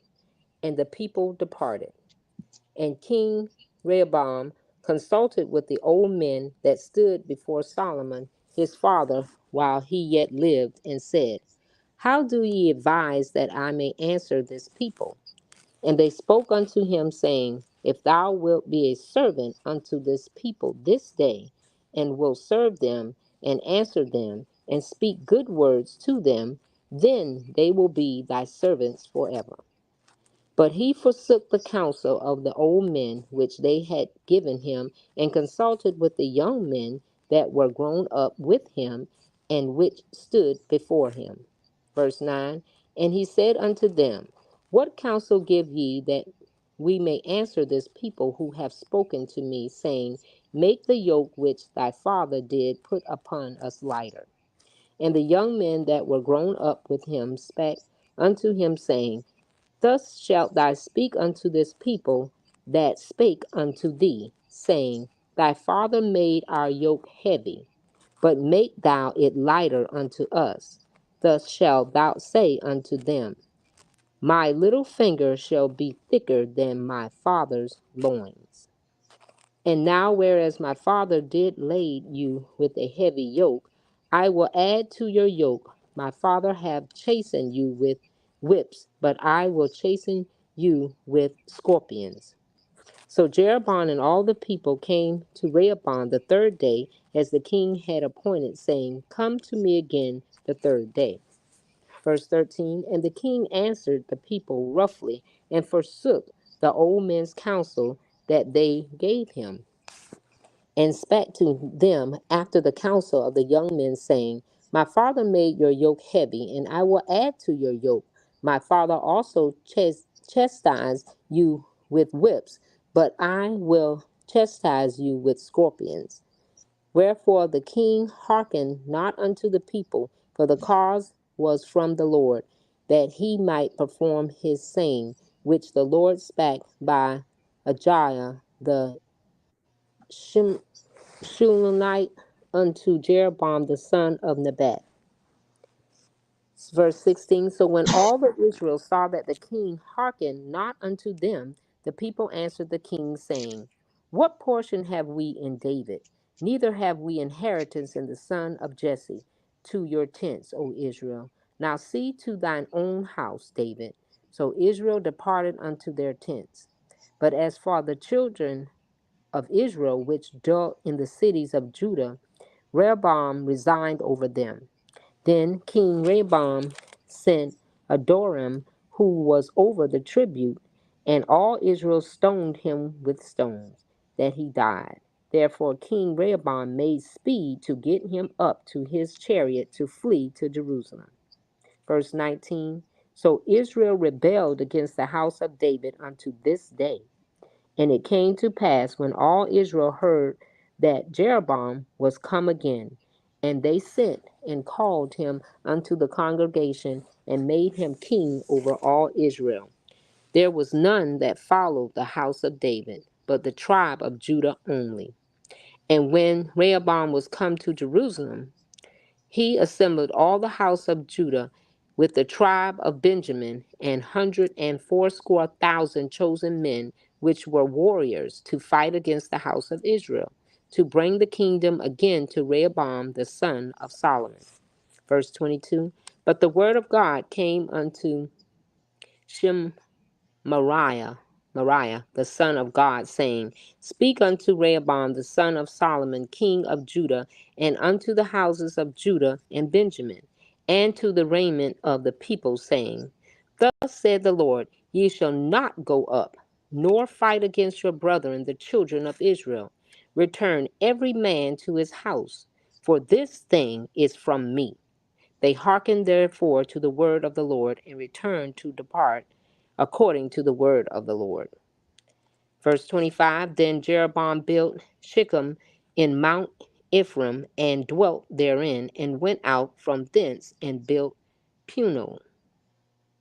And Jeroboam said in his heart, Now shall the kingdom return to the house of David.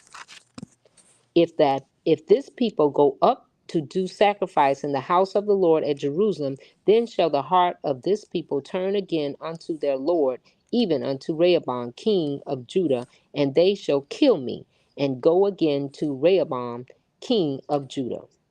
Verse 28.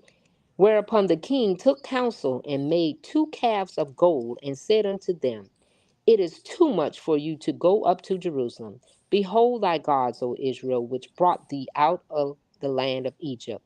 And he set the one in Bethel, and the other put he in Dan. And this thing became a sin, for the people went to worship before the one, even unto Dan. And he made an house of high places, and made priests of the lowest of the people, which were not of the sons of Levi. Verse 32. And Jeroboam ordained a feast in the 8th month on the 15th day of the month, like unto the feast that is in Judah, and he offered upon the altar. So did he in Bethel, sacrificing unto the calves that he had made. And he placed in Bethel the priests of the high places which he had made. So he offered upon the altar which he had made in Bethel the 15th day of the 8th month, even in the month which he had devised of his own heart, and ordained a feast unto the children of Israel. And he offered upon the altar and burnt incense. That was chapter 12, 1 Kings, verse 1 through 33. Okay, anybody got any comments on that? Questions? Okay, so this is before Nebuchadnezzar came, right? This is before Nebuchadnezzar came and took them to Babylon. So notice when they came out of Babylon, and they was on their way back, Ezra had to stop by the river, and Zerubbabel too. He had to get an account of the Levites, the real Levites. And so you say, what you talking about? Right here in 31, because of this split right here between Jeroboam and Rehoboam, the Levites, they sided with seed of David. They know better. Some of them. Yeah, right. Some of them, but I'm saying most of them, the bulk of them was with David. David's seed. So in 31 it says, and he made a house of high places. This is what Rehoboam did. A house of high places, and made priests of the lowest of the people. These ain't Levites. Then it says, which were not sons of Levi. Right? This is where it started at. And Jeroboam ordained a feast in the 8th month on the 15th day of the month, like unto the feast that is in Judah. See that? Like unto the feast of Judah. Right here, well, they actually initiating the New Testament right here. So it said, and he offered upon the altar, so did he in Bethel, sacrificing unto calves. They in Bethel, they sacrificed unto calves that he made and placed in Bethel. The priest of the high places, these ain't no Levites, which he made. So he offered upon the altar which he had made in Bethel the 15th day of duplicating our high holy days. It says in Bethel, the 15th day of the Passover, like same as the Passover, of the 8th month, even the Passover on the 7th month, he made the 8th month, even in the month which he had devised in his own heart, and ordained a feast unto the children of Israel, and he offered upon the altar burnt incense. So right here, this is where you get, when you understand what happened when the Edomites came in the land and all that. This is who the Sadducees, the Pharisees, and the Essenes, all them is. When you get to the New Testament, right? So you say, what are you talking about? Go back and read that again. It says, 29, and he set the one in Bethel.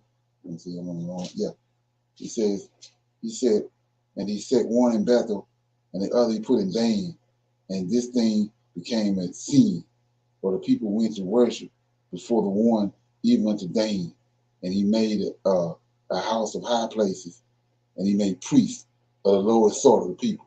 So who are the lowest sort of the people? Edomites.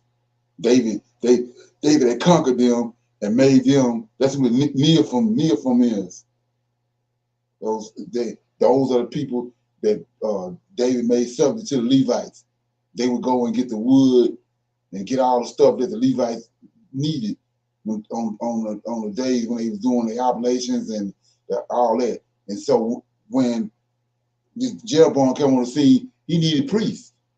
So he got these people right here that was laborers for the Levites and made them priests. That's how you get what you get over the New Testament. That's where all these factions coming from. But they got a perverted zeal, like I was saying before. Israelites got the Levites and the Israelites got zeal from heaven. They got a perverted zeal. That's why Rome had so much trouble with them. They had a whacked out perverted zeal. Okay? Any comments on that?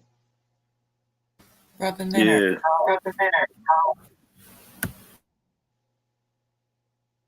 Go ahead. What you got? Excuse me, Brother Mike. Brother Leonard, and 12 and 12, right?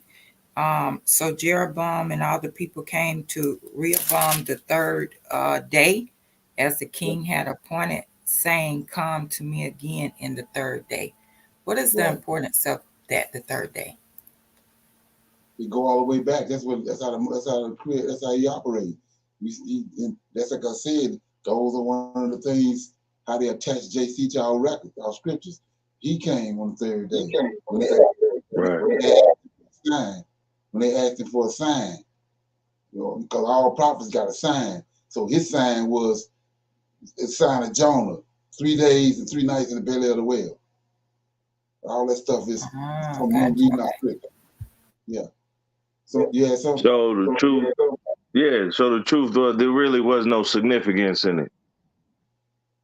What's that? You see, the third day. Oh, right. But they used it. They used that to make significance to what to bring. So right, you know what I mean. So this is the point. If everybody understand what they're reading right now, let's go to, if y'all don't mind, I would like to go to Jeremiah chapter 7 and just read 2 verses right quick. I'm gonna start at 18. I want to just read 18 and 19. It says, "The children gather wood, and the fathers kindle the fire, and the women knead their dough to make cakes to the Queen of Heaven." So now this is Jeremiah. So now we understand we reading in Kings, but it takes studying with a fervent passion to gain an understanding to see what was going on in past days. Right. So it says, "To the Queen of Heaven, and to pour out drink offerings unto other gods, that they may provoke me to anger." 19. "Do they provoke me to anger?" It's a question, saith the Lord. "Do they not provoke themselves to the confusion of their own face?" That's number one. Right. So now I'm going to go back to where we are. Right. Kings, right? 1 Kings 12. So now Sister Joyce just read this whole thing, but I want us to go back to verse 25. Right? So 1 Kings in 25, it says, "Then Jeroboam," so Leonard done put us onto the consciousness who Jeroboam is. So Jeroboam is of the seed of Ephraim, correct? Right. Right.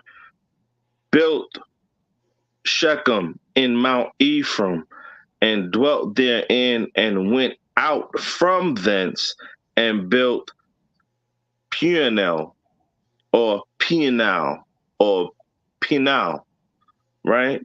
26. Right. "And Jeroboam said in his heart, Now shall the kingdom return to the house of David." But Jeroboam is not of Judah. Right. So look at the confusion of face that the Most High told us we was going to deal with. So Jeroboam, so now Brother Leonard just read over in 32, 30, 31, right, Leonard? 31. And he made, say again, sir? Chapter 12? Yeah, Oh, chapter yeah. 12:31, right? And he made, so who is the he? That's Jeroboam, correct? He made a house of high places and made priests of the lower of the people, Right. which were not of the sons of Levi. And Jeroboam ordained a feast, the 8th month of the 15th day of the month, like unto the feast that is in Judah. But I'm pretty sure all of them knew what was the conversation that the Lord of hosts had with Solomon as to who was always going to be on the throne. So look at how this is all confusion of face. So how could Jeroboam behave himself in a character that only dealt with the house of Judah? So this is where we are. This is where we've been since that day. We still confusion of face. Right. You see?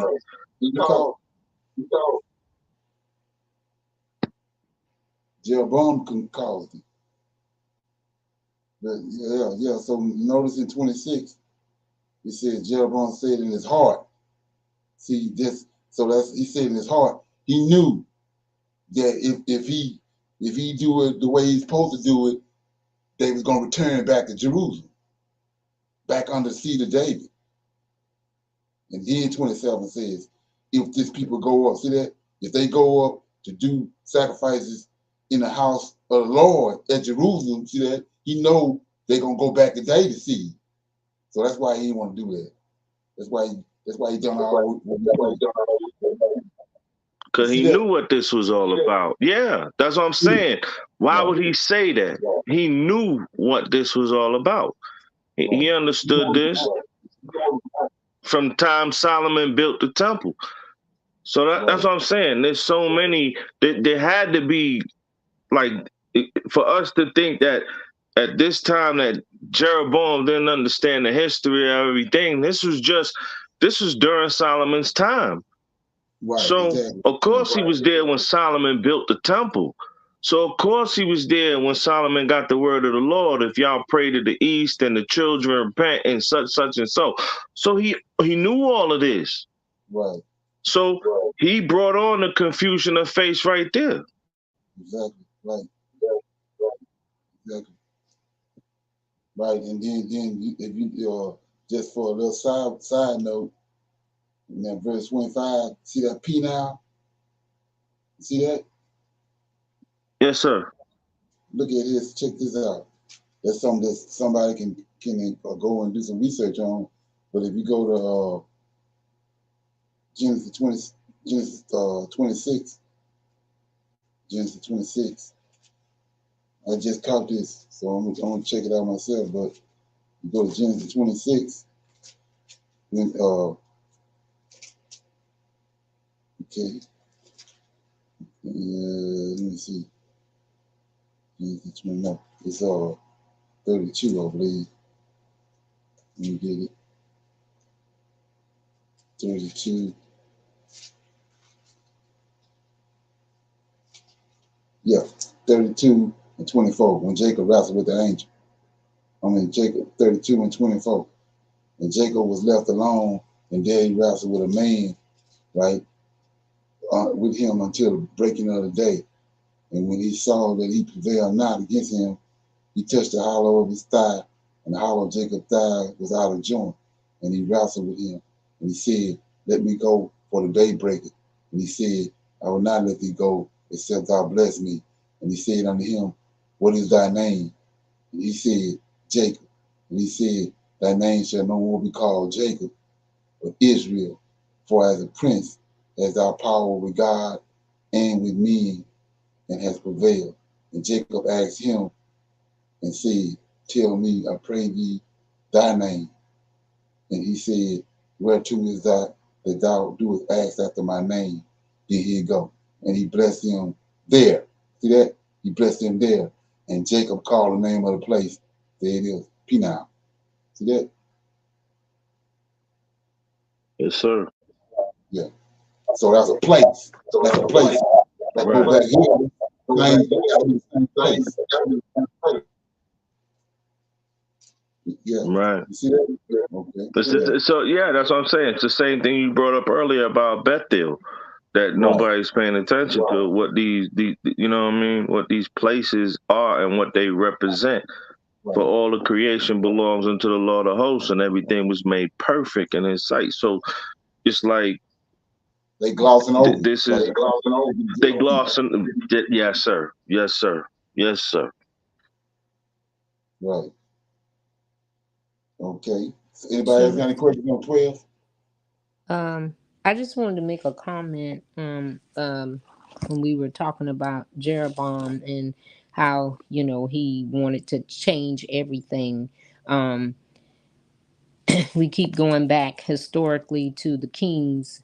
They would look like it was a bad king, then a good king, then a bad king, then a good king. Um, and Jeroboam, like you said, Mike and Brother Leonard, Brother Mike, um, you know, he knew of these things. So these kings, before kings were emperors, and they wanted to stay in power, and they didn't want to lose their people. So they had to figure out something to keep them and keep them there. Because, like you say, Brother Mike, they knew of David, they knew of Solomon. You know, during their time it was Solomon, and but they knew of these things, so they had to try and convince the people and make them stay in their land. I was looking at this map and looking at Dan and Ephraim and Judah and how far these things are apart from one another here. So if they lost people, there would be a lot of people traveling to different places, and they wouldn't be, you know, there for him to be king over if they moved to these other places here.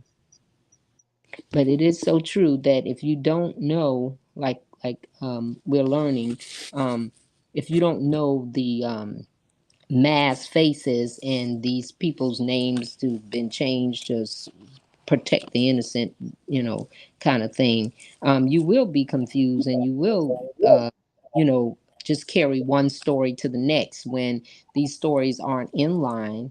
And some of these stories are, you know, embellished with a lot that does not belong there. So it does take time. It does take opening your mind to the Lord of hosts and studying and researching, because you can always learn something new and you can fall behind if you don't stay up on it. Shalom. Right. So the thing was, with look what happened with Constantine. Once he subdued those other three kings after Rome, they got divided up when they sacked Rome. He ended up bringing all of subdued the other three kings. He became sole emperor, Caesar of Rome. Well, the first thing he needed was a religion. Yes, sir. He concocted Christianity. Keep all the peoples. It's no different than what Jeroboam just done. He worried about losing the people. So he concocted the religion. But like I was saying, all the people knew how the Gentiles created a God. They had a list of characteristics. Born at 12 years old, taught in the temple, teaching old men at a young age, turning water into wine, all that. And then they just took our scriptures. They created him first, that the people was familiar with. They created God that people was familiar with. Then they had to attach him to the Old Testament. That's what they done. And it's no different right here. Except that Jeroboam is an Israelite, and he knew that the heart of the people was in Jerusalem, and the heart of the people was behind David's seat. So he didn't want to go back there. He didn't want to deal with that. So yeah. So he created all that confusion, like Mike was saying. So he had outside influences, because you just read that. Right. You just read. Actually, Leonard, what did you just read? 12 and 31. Were you already in? No, I'm gonna go to 13. I'm gonna go to 13. Before I go there, you just read that there was a he instead of listening to the elders, he listened to the people that he grew up with. Yeah, that was. I think that was. Yeah, that was. I think that was. That was still in. That was in chapter 11. That was in chapter 11. Yeah, that was in 11. Yeah, that was in 11. Brother Mike, look at 12 and 8. But he forsook the counsel of the old man. Yes, ma'am. Yes, ma'am. So there you go. That's it right there. Right? But he forsook the counsel of the old men, which they had given him, and consulted with the young men that grew up with him. That's the problem with a lot of us to this day, that we ain't paying attention to what is really going on. We have forsaken the elders that are saying this is what needs to be done. And we're going to go into our own understanding. So, right. You see what I'm saying? So we're watching it still play out till this day. It's the same thing. So it's the same consciousness, that understanding that we as a people, like Brother Leonard just said when he just broke out the scripture about the lions that was tearing up folk. Ain't no lions over there with them folk at. So Sister Joyce, that's what we saying, Sister Joyce, they done threw us way off of our path in understanding where Israel is at and what is this land. So it's the same concept if you was to deal with the so-called pharaohs, and they was like, yo, we know everything, but we don't know this God. Right. Well, he the God of the wilderness. So Pharaoh wasn't paying attention to that, because Pharaoh's mind was on what's making him lucrative. Right. So you see how this whole thing works. So where we are right now is the same place we always been. Right. It's the same understanding, and we still dealing with it till this day. The same confusion of faith. Yes, sir. It's the same confusion of faith. So even with, like Leonard was saying, even within our ranks, we still got this confusion. So Jeroboam understood what God implemented, but he going to do what he want to do. He going, he going to do what's lucrative for him. So we still dealing with that today.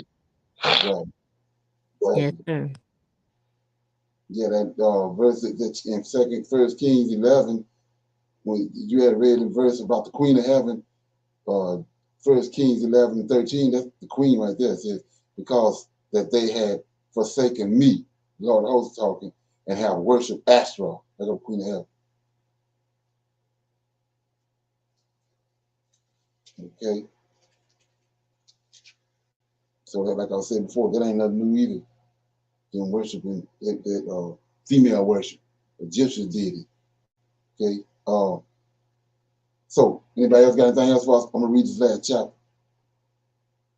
Okay. So chapter 13, prophet of Judah warned Jeroboam, and behold, there came a man of God out of Judah by the word of the Lord unto Bethel, and Jeroboam stood by the altar to burn incense, and he cried against the altar in the word of the Lord, and said, O altar, altar, thus the Lord, O altar, altar, okay, thus saith the Lord, behold, a child shall be born unto the house of David, Josiah by name, and upon thee shall the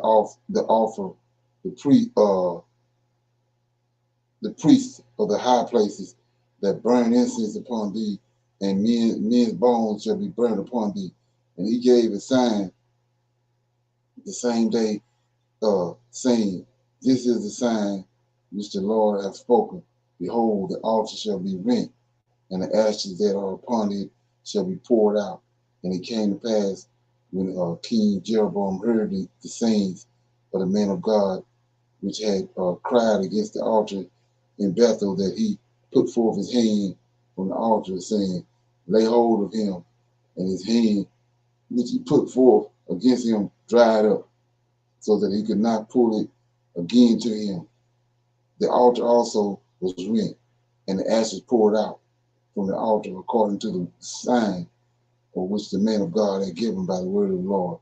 And the king answered and said unto the man of God, entreat now the face of the Lord thy God, and pray for me that my hand may be restored me again. And the man of God besought the Lord, and the king's hand was restored to him again, and became as it was before. And the king said unto the man of God, come home with me, and refresh thyself, and I will give thee a reward. And the man of God said unto the king, if thou wilt give me half thine house, I will not go in with thee, neither will I eat bread nor drink water in this place. For so was it charged me by the word of the Lord, saying, eat no bread nor drink no water, nor turn again by the same way that thou comest. So he went another way and returned not by the way which he had came to Bethel. Okay, and now there was an old man, an old prophet in Bethel, and his son came and told him all the works that the man of God had done that day at Bethel, the words which he had spoken unto the king. Then they told also their father, and their father said unto them, what way went he? For his sons had seen what way the man of God had went, which came unto Judah. And he said unto his son, saddle me an ass. So they saddled him an ass, and he rode thereon. And he went after the man of God and found him sitting under an oak, and said unto him, art thou the man of God that came from Judah? And he said, I am. Then said unto him, come home with me and eat bread. And he said, I may not return with thee, nor go in with thee, neither will I eat bread nor drink water with the Lord with thee in this place. For it was said to me by the word of the Lord, thou shalt eat no bread nor drink water there, nor turn again to go by the way that thou camest. And he said unto him, I am a prophet also, as thou art. And an angel spake unto me by the words of the Lord, saying, bring him back with thee into thine house, that thou mayest eat bread and drink water. But he lied unto him, and he went back with him, and did eat bread in his house and drank water. And it came to pass as they ate at the table, that the word of the Lord came unto the prophet that brought him back. And he cried unto the man God that came from Judah, saying, thus said the Lord, for as much as thou hast disobeyed the mouth of the Lord, and hast not kept the commandments which the Lord hath commanded thee, but camest back and hast eaten bread and drank water in the place in which the Lord did say unto thee, eat no bread and drink no water, and thy carcass shall not come unto to thy sepulchre of thy fathers. And it came to pass after he had eaten bread and after he had drunk, that he settled for him the ass to wit, for the prophet whom he had brought back. And when he was gone, a lion met him by the way, slew him, and his carcass was cast in the way. And the ass stood by it. The lion also stood by the carcass. And behold, the men passed by and saw the carcass cast into the way, and the lion standing by the carcass. And they came and told it in the city where the old prophet dwelt. And when the prophet had brought him back from the way, he heard thereof and said, it is the man of God who was disobedient unto the word of the Lord. Therefore the Lord hath delivered him unto the lion, which hath torn him and slain him according to the word of the Lord, which he spake unto him. And he spake to his son, saying, saddle me an ass. And they saddled him. And he went and found his carcass cast in the way, and the ass and the lion standing by the carcass. The lion had not eaten the carcass, nor torn the ass. And the prophet took up the carcass of the man of God and laid it upon an ass and brought it back. And old prophet came to the city and to mourn and to bury him. and he laid his carcass in his own grave, and they mourned over him, saying, Atlas, my brother. And it came to pass, after he had buried him, that he spake to his son, saying, When I am dead, then bury me in the sepulchre wherein the man of God is buried. Lay my bones beside his bones. Okay, for the same which he cried by the word of the Lord against the altar of Bethel, and against all the houses of the high places which are in the cities of Samaria, shall surely come to pass. And after this thing, Jeroboam returned not from his evil way, but made again the lowest of the people, the priests of the high places, or whosoever would, he consecrated him, and he became one of the priests of the high places. And this thing became a sin unto the house of Jeroboam, and even to cut it off and to destroy it from off the face of the earth. Okay. Any comments on that?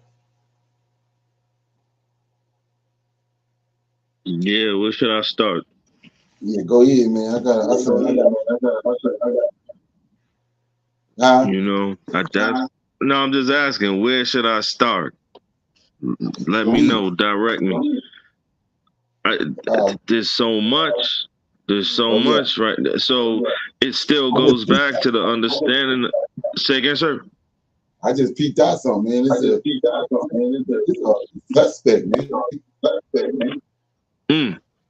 I mean, if we talk about confusion of face and everything, and then understand who directs the people's confusion of face is right here, all written. So,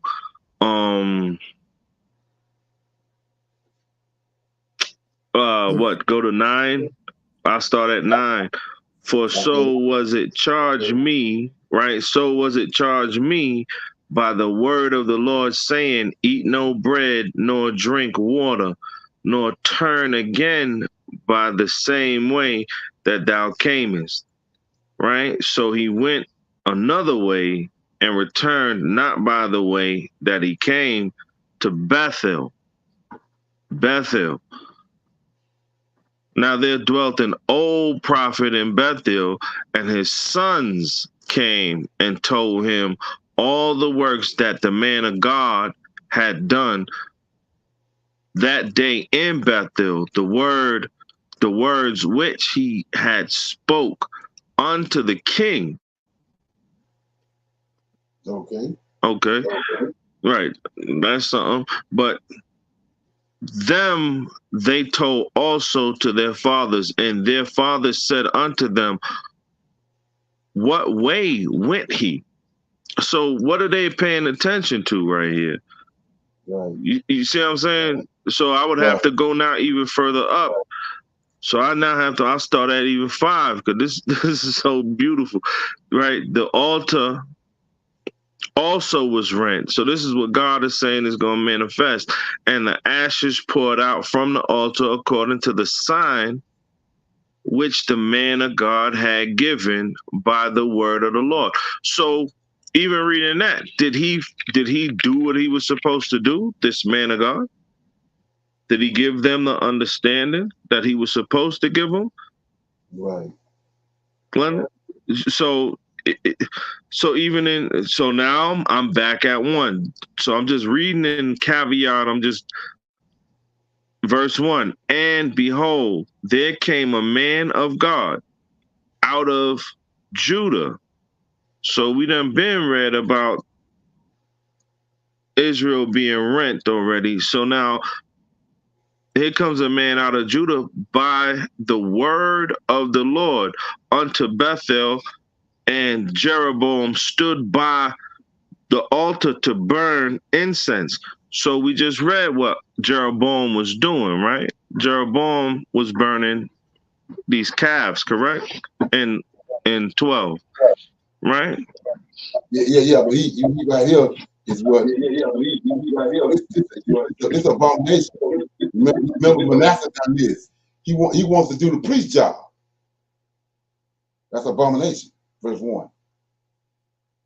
The king, see, he the king. You ain't got no that But he the king of what?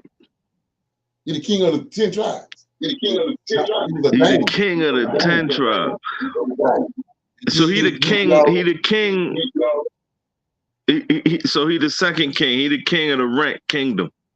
Right. And then that's so. So is that not? He already refused to go back to the real temple. That's because he want to do this right here. He want to be the king and the priest, the high priest. That's abomination. Fact. So what else can he do? It's abominable. It's abomination. And he cried against the altar. So 2 says, and he cried against the altar in the word of the Lord and said, O altar, altar, thus saith the Lord. Where we do that at, Leonard? Like, where our people ever done this at, according to scripture? Behold, a child shall be born unto the house of David, Joshua by name. The house of David, Joshua by name, and upon thee shall he offer the priests of the most high places that burn incense upon thee, and men's bones shall be burnt upon thee.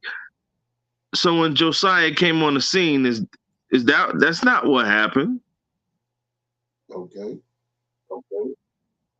When Josiah came on the scene, so it says, and the child shall be born unto the house of David, Josiah by name, and upon thee shall he offer the priests of the high place. Yes, he did. I'm sorry. Yes, he did.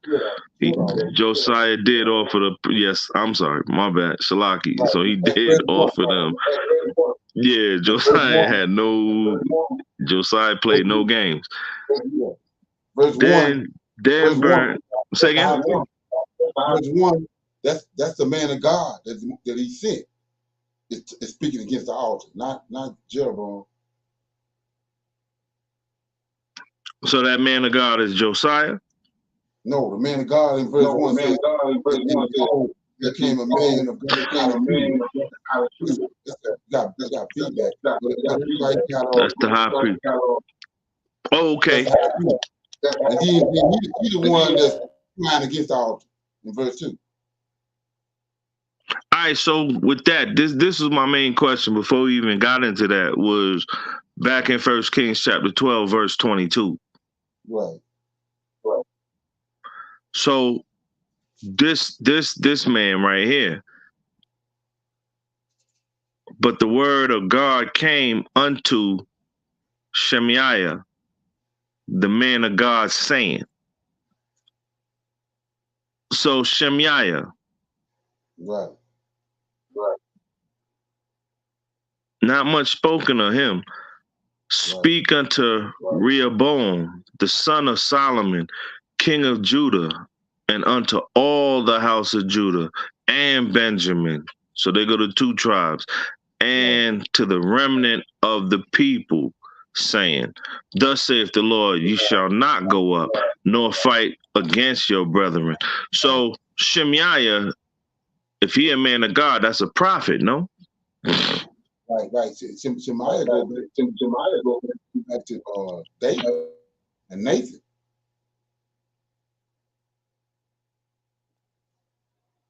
After Nathan, Shemaiah came. It kind of existed around the same time. Just go back and just Google his name. Right. So Shemaiah was there. And this is what people don't get. Because they gave us the canon and they gave us specific prophets in the book, that there wasn't many prophets at this time. You see what I'm saying? So nobody would ever think that there was multiple men that was speaking the word of God. This is why it was so interesting when Elijah said, yo, they killed all the prophets. Right. There was a lot of prophets. Like Haggai and Zephaniah, Haggai and Zechariah, they preaching at the same time. And they came back with Zerubbabel. But they don't want you to know that. You know, the way they didn't set it up, You don't know that. That's what I always thought. You gotta question that. Like God wouldn't have had. So it said that she killed over. What's her name?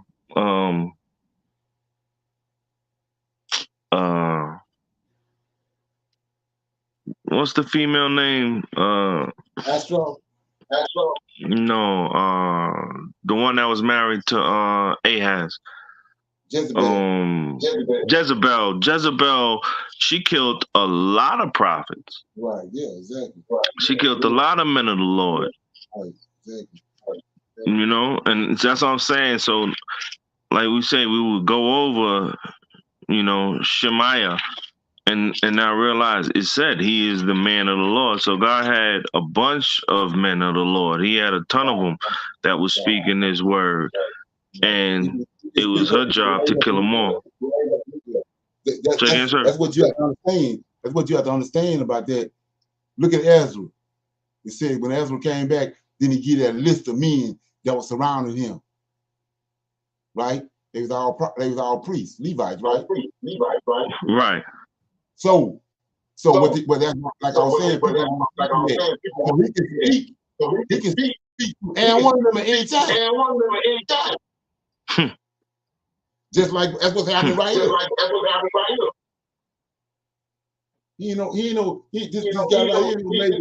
here, made the prophet. The Lord can speak to him. Through him.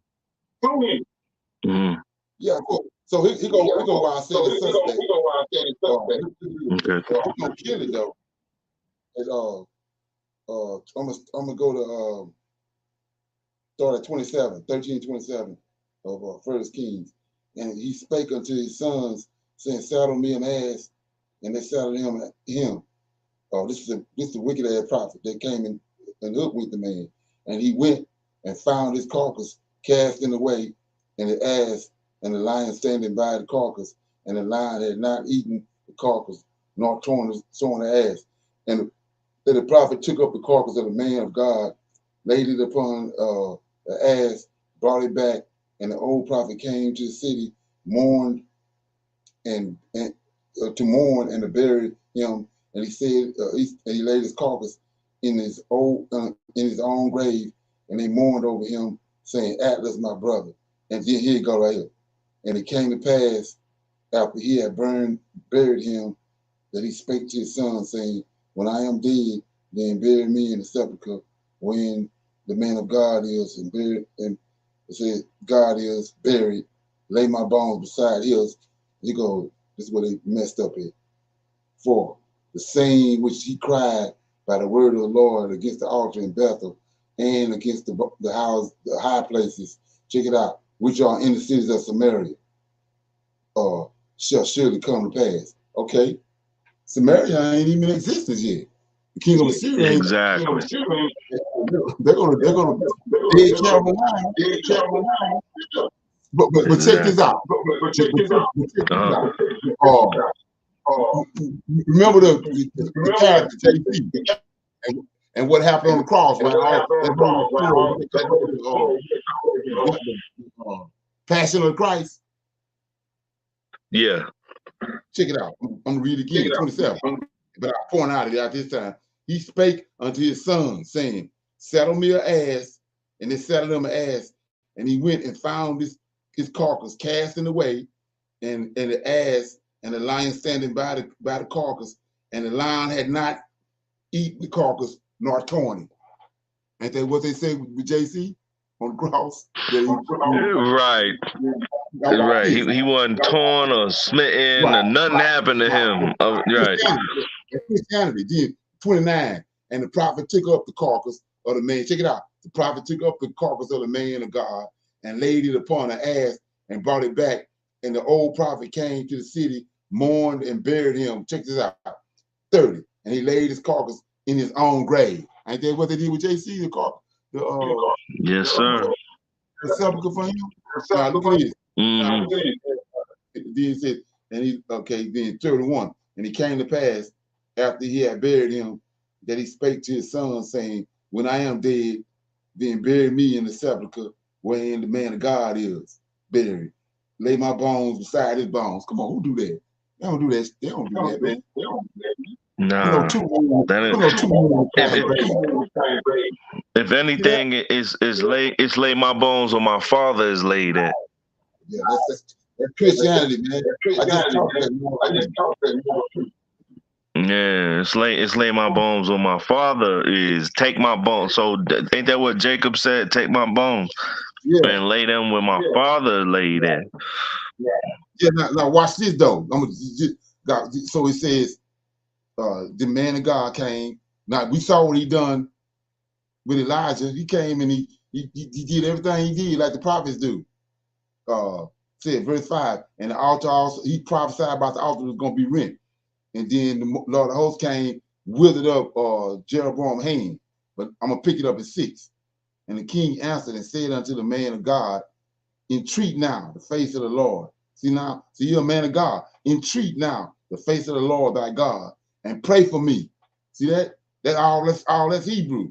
So that my hand may be restored again. And the man of God besought the Lord, that's his job, and the king's hand was restored him again, and he became as before. Now here you go. And the king said unto the man of God, come home with me and refresh thyself, and I will give thee a reward. We know he ain't gonna do that. He on fire right here. Verse 8 says, and the man of God said unto the king, thou will give me half thine.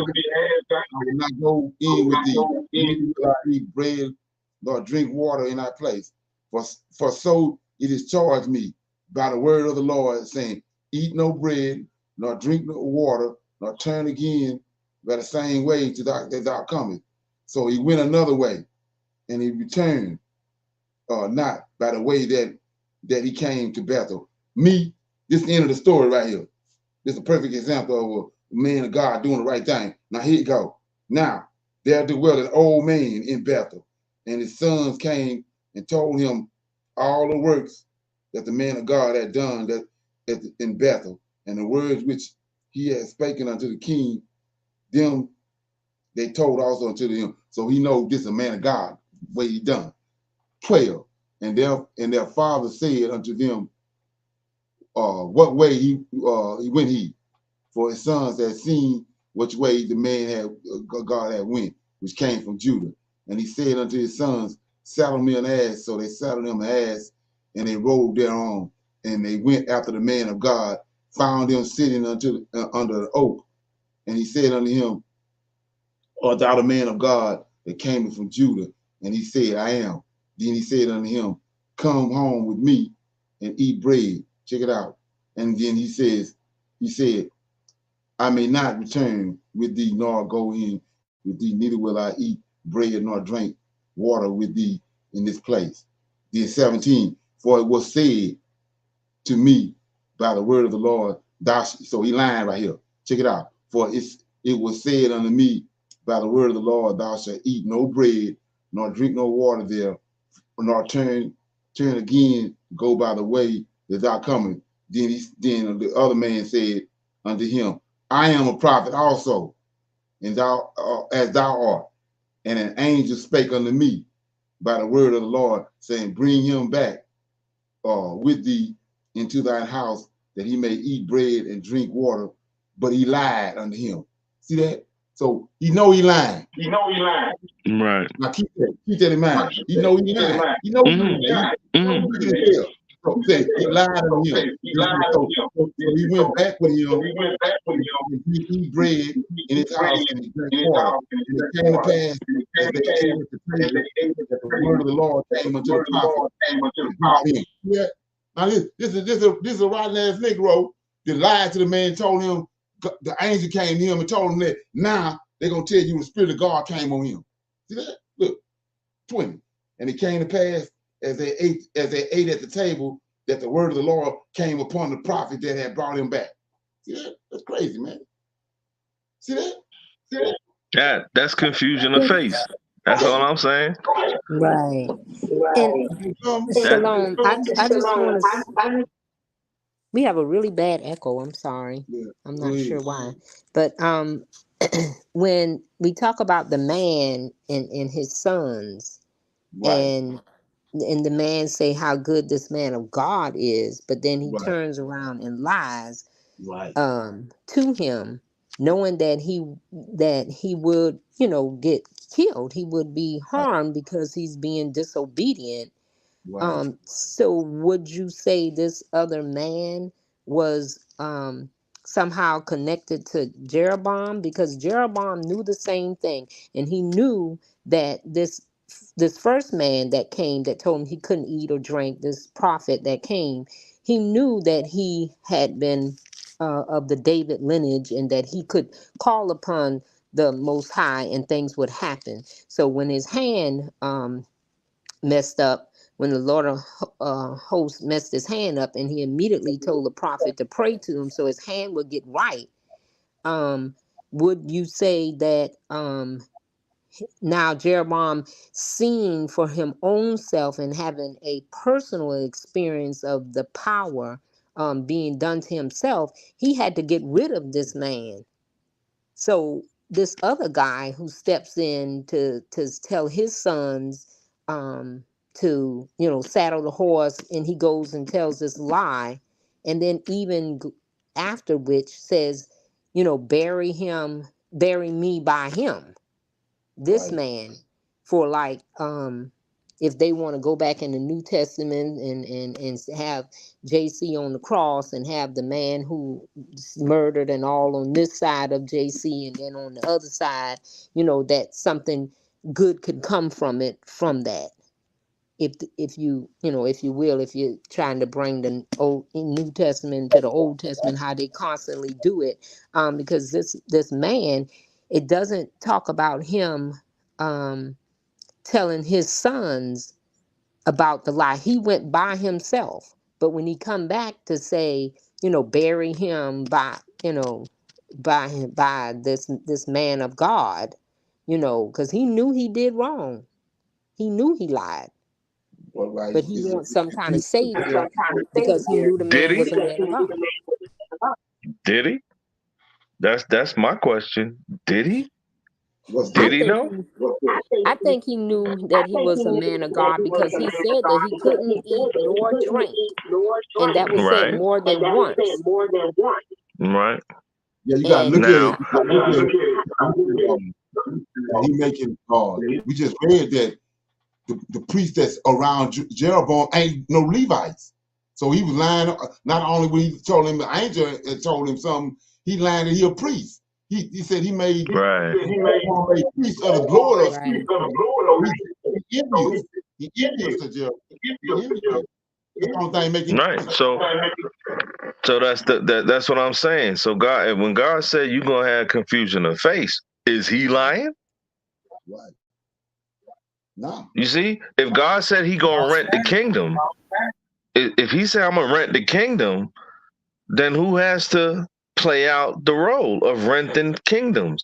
So that's what I'm saying. Did he know? It's no different from, the king that I love, which is Josiah. But we seen Josiah didn't know that there was certain men of God that he shouldn't have been dealing with, and next thing you know, Josiah ends up being killed. So we gotta understand that. So it's like, did they actually know? No, you gotta follow what the Lord of hosts says. If thus saith the Lord is what it is, then there has to be characters that's gonna play out the confusion of face. You know what I'm saying? So we're reading, that's what I'm saying. We're reading what God told us is gonna happen. Okay. Confusion of face. We're reading it right here. We're watching this manifest in these words right here. We're watching the confusion of face between what God said he gonna put back together, Judah and Israel. So we're watching how it was smitten. It was torn. So we're reading how it manifested. That's what that's all about. Right. You know? Yeah, a prime example of that is Zechariah 3. It says, and he showed me Joshua, the high priest, standing before the angel of the Lord, and Satan there. Same thing there. Just like when Moses with the amongst those men, when he took the crown off the Pharaoh's head. He said the angel of the Lord was there amongst them, and the angel of the Lord calls him not to get the throne, not to get the Pharaoh throne because he's gonna kill him. He got the onyx stone and put it in his mouth. So you got to look at that whole situation. That's the same thing I was saying. If Most High got you on a mission, believe me, you're supposed to be expecting evil gonna show up. So when you look at this story right here, look how this guy going out his way to deceive the prophet. There's wicked ass spirits that's there. And he gonna allow, and that's what I'm saying. People ain't understanding. God gonna allow that to succeed. Right. He gonna allow it. See, that's what I'm saying. That's the separation of having a Christian mind and thinking like a Hebrew. Right. So if God says, I'm going to make this a mess for you, then guess what he gonna make it for you? Right. A mess. Right. And then it's about sowing seeds too. You sow a wicked ass seed, that's what you're gonna get. So it ain't no different than, remember Jeremiah? In the book of we was reading in Jeremiah, when the false prophet came out there and prophesied, Jeremiah just spoke the truth. He come back and say, the Lord told him, thus say the Lord, and he broke the yoke on Jeremiah. Right. The Lord said he's gonna break the yoke off Israel. And Nebuchadnezzar wasn't coming. So no different than that. That's the one with Jeremiah.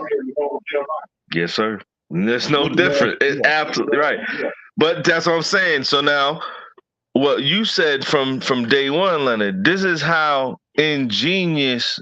Remember now, we weren't allowed to read this shit.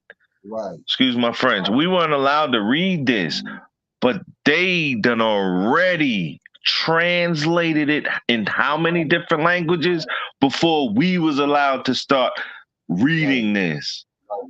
You know what I'm saying? So it'd be no different if I was to go to Nehemiah chapter 9. So Nehemiah chapter 9 is something that man, where Nehemiah, my bad, there I go. And like a Christian. Nehemiah is way back here.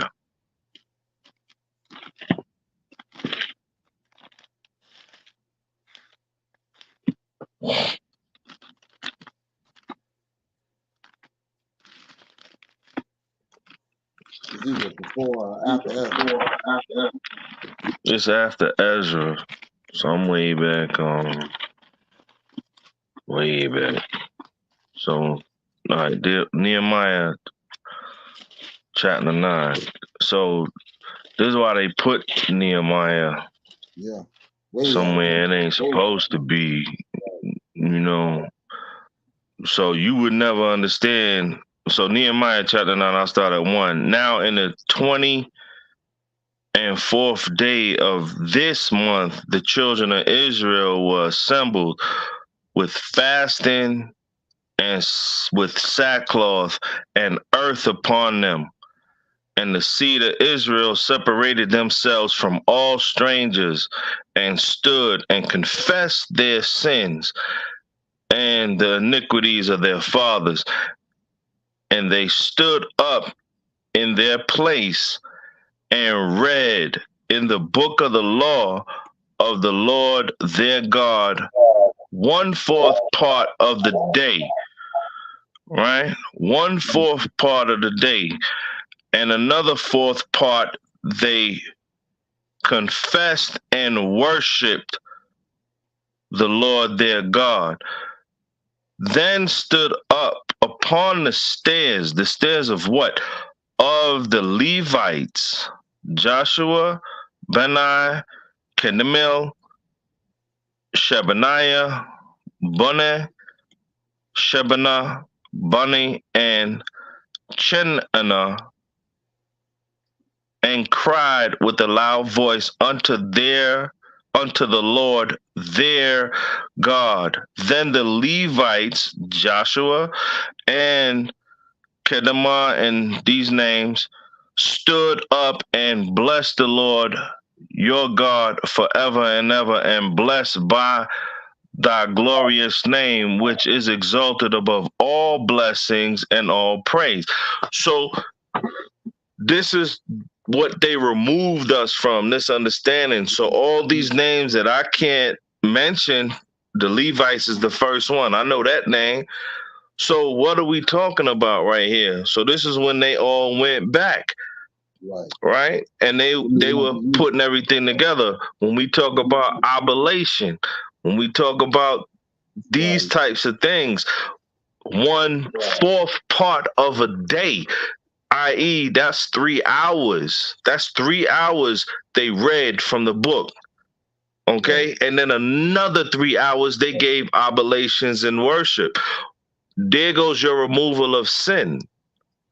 Those next 3 hours is when all these men stood up and cried for us while we was burning what Leonard said earlier, the fat, the caul, this animal and that. This is how we remove sin, right? So ain't no other way. These are all the Say again, sir. Ain't no other way. Ain't no other way to remove sin. Ain't no other way. Ain't no other way to remove sin. There is no other way. That's the covenant that was made. So that had to be put back in place. So they removed all of this. So now understand what Jeroboam was doing. Right. Let's go back to what Jeroboam was doing. He was removing the truth. Why? Right. There's only one reason. Ignorance. He ain't know. He ain't know. He's going according to his emotions, according to his feelings and what he think is supposed to happen. It's not what God implemented. That's confusion of faith. Yes, his power. That's where that's the beginning of confusion of faith. So if what God instituted is no longer present and y'all saying y'all sacrificing, then that's confusion of faith. Right. So if you're that man through authority, which we know this is what Antiochus did, the same thing, authority, right? Now I'm gonna make y'all put pig on the altar and y'all gonna worship and y'all gonna do this and that. This is what was manifesting even way back then. Because we got one tribe, right? Which was Judah, who was, what am I doing? And then we got another tribe, which we know, according to their history, they're trying to do everything they can do because of what they came out of, which is Benjamin. So you got two right now tribes. There goes the other tribe, Benjamin, with Judah, who we know Jeroboam was saying, we ain't doing nothing with. Right. So look how God works. Is he not righteous? So who sat on the throne of David? Solomon. And what did Solomon do? Completely disrespect and denigrate his father's throne. And then you got now Benjamin. Well, what did Benjamin do? Benjamin was dealing with sodomites and things of that nature. So two of the lowest tribes right now. And that's what God said, that's what you got. You better make it right with them. Y'all better figure it out. And that's where we are today.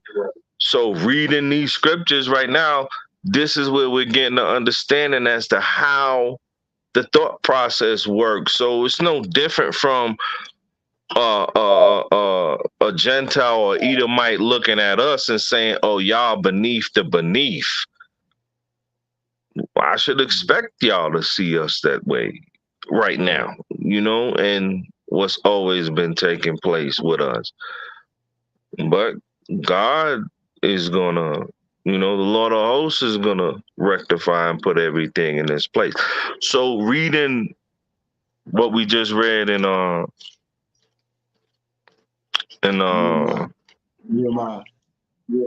Nehemiah, right? So even in verse 2, it says Nehemiah 9:2, it says, and the seed of Israel separated themselves from all strangers, right? Stood and confessed their sins and their iniquities of their fathers. So this is when they came back into the land. The understanding had to be structured. This was the understanding that was immediately put on us. So that was not the instructions, obviously, of Jeroboam. So how could he sacrifice and pay attention to the sins of his forefathers? Who are they? So that's why when we read that, he said he wanted to bring all this back under David. Now that would be confusion of face because he's out of order. If that's what he's saying he's doing, it's out of order. God done already rent the kingdom and caused y'all to worship what y'all been wanting to worship from day one. So that's why he had them calves. Oh yeah, he Am I making sense, Leonard? Or am I twisted? No, his objective was to consolidate the power. He didn't want the natural order of things to happen, which is what the people had the spirit of David and David's lineage on their mind. That's pure worship. So he didn't want that. That's why he created the calves, to keep them from going back up to Jerusalem.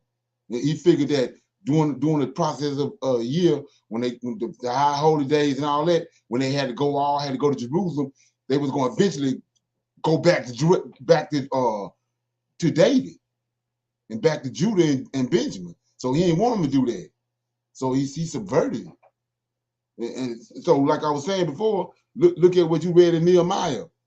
So when you understand the order, he got a covenant with Aaron, right? Yes, sir. So Aaron is the priest. There's a difference in a priest and a Levite. So what you read was the day that stood up was the priest, and the Levites is subject to the priest. That's how the order goes. So that's just what you just read. The priest stood up because their job is to make the people understand. So they stood up. The Levites stood up behind it. That's the order. So before they do anything, that's why they have to erect the altar, because they got to do that. They got to restart those oblations 3 times 3 times a day. They do that first. Then they started doing what they had to do with the temple. And that's the order. And to remove keep seeing that over and over again. To remove sin. Yeah. Right. They the ones to remove sin. Right. They the ones that's over sin of Israel. So ain't no sin being removed from us until they are back in order. They back in order. And that's what the whole world fighting against. So they thinking they could just speak and sin is removed. Right. And then you got people that's Israelites, but they ain't no Levite. But they assuming they are Levite. They can't, because if it's a Levite or a priest, he gonna have the ability to cause you to understand. That's what you were just reading. They called the people to understand. In 3 hours that you said they was teaching, they causing the people to understand what's going on. All this right gonna happen. All this right gonna happen ability. So this is what Jeroboam thought he could do as well. Yeah, right. He's out of And then I don't know if you're familiar with it or not, but you know it's something going on with Ephraim, right?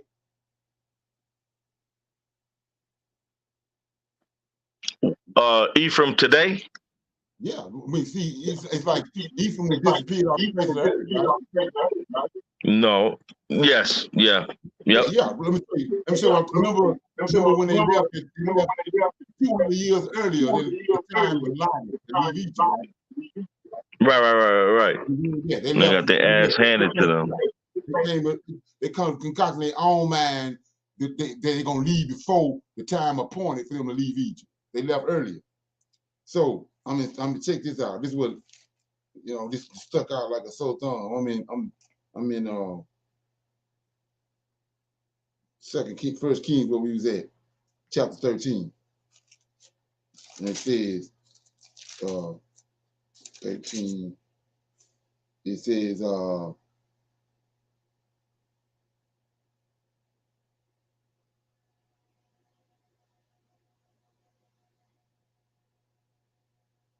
I'm in the wrong place. 13, yeah, 13 says, 33. And after this thing, Jeroboam returned not from his evil way, but made again the lowest of the people, the priests and the high places. Whosoever would, he consecrated him and became one of the priests, right? Of the priests of the high places. And this thing became a sin under Jeroboam, even until, says, this thing became a sin unto the house of Jeroboam, even to cut it off and destroy it from off the face of the earth. So what's the house of Jeroboam?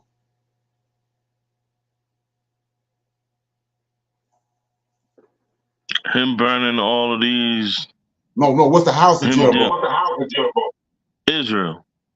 Ephraim. Oh, Ephraim. So look what he said. It was cut off. It was cut off the face of the earth. Mm. Yeah. Mm. See that? Hold up, man. Let's tattoo this understanding. Let's read that shit again. After this thing, Jeroboam returned not from his evil ways, but made again of the lowest of the people priests of the high places.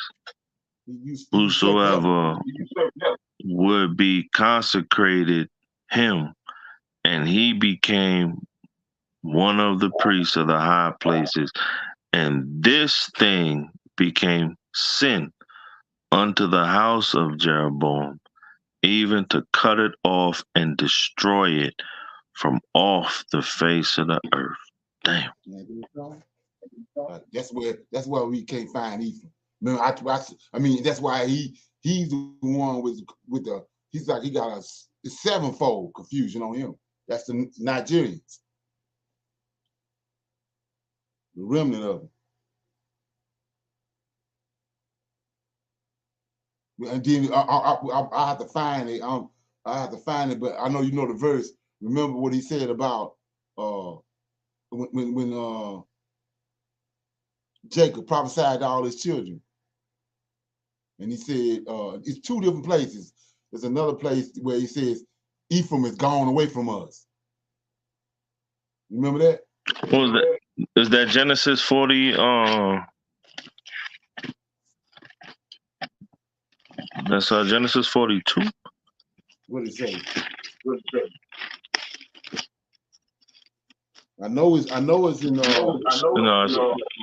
prophecies of the patriarchs.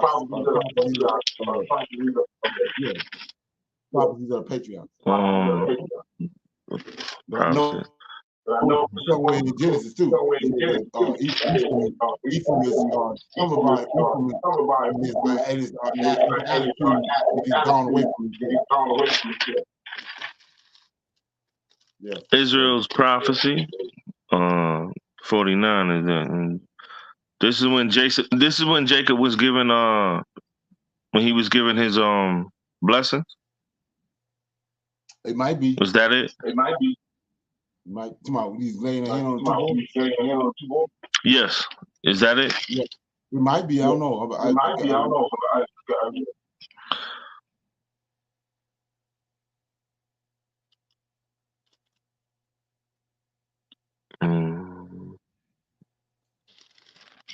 But it's something going on with Ephraim,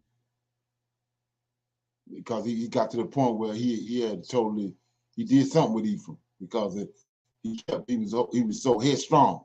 Like I said, he left early out of Egypt, you know, and then I think they had something to do with what happened with Now, let me read this and see if this click. So this is 48. You got it? No, I got another one. No. I'm dealing with the blessing. I was just dealing with the blessing. So 48 and 20 it says, and he blessed them that day, saying, "In thee shall Israel bless, saying, God make thee as Ephraim and as Manasseh." And he set Ephraim before Manasseh.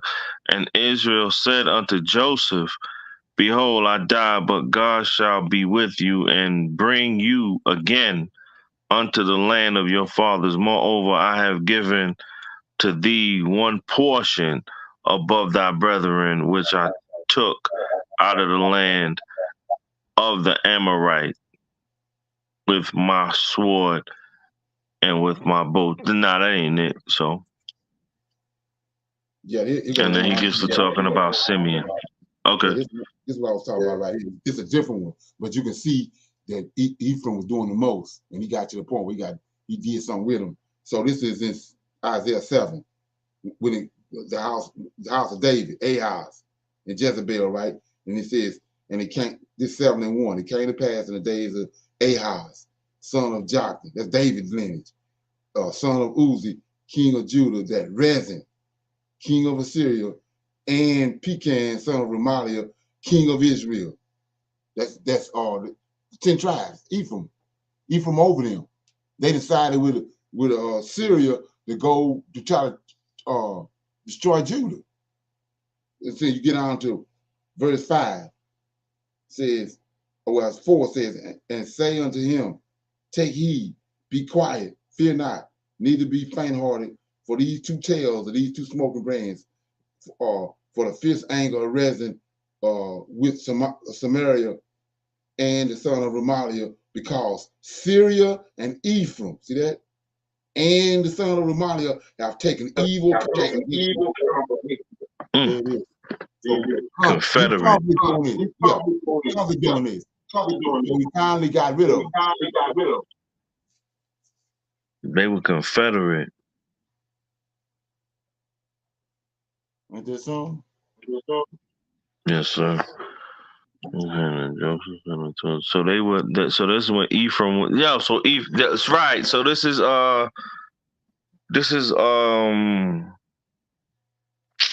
when Ephraim was Confederate with Samaria and the Sumerian king.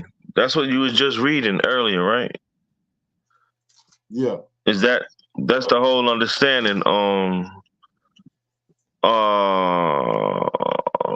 Was so that would have been after so in the days of Ahaz, the Confederation was they were still Confederate, no? Yeah, that's so even huh? That's after they got split up. During the time of Ahaz. Right. So, but they were still Confederate with like the house of the king of Assyria. Right. It's still tied or to Samaria. Yeah, so it was still tied even during that time. So Ephraim was still Confederate with outside kings and never made amends with Ahaz, or even though he was wicked as all outdoors, but there was still, so that was still the same situation. There was no being Confederate with the house of Judah. Israel was still looking to destroy that understanding. Am I right? Okay. Yeah. I found it. I got two. Okay. Okay. I mean Hosea. Hosea. We read these two to close out. Yes, sir. Hosea chapter 8.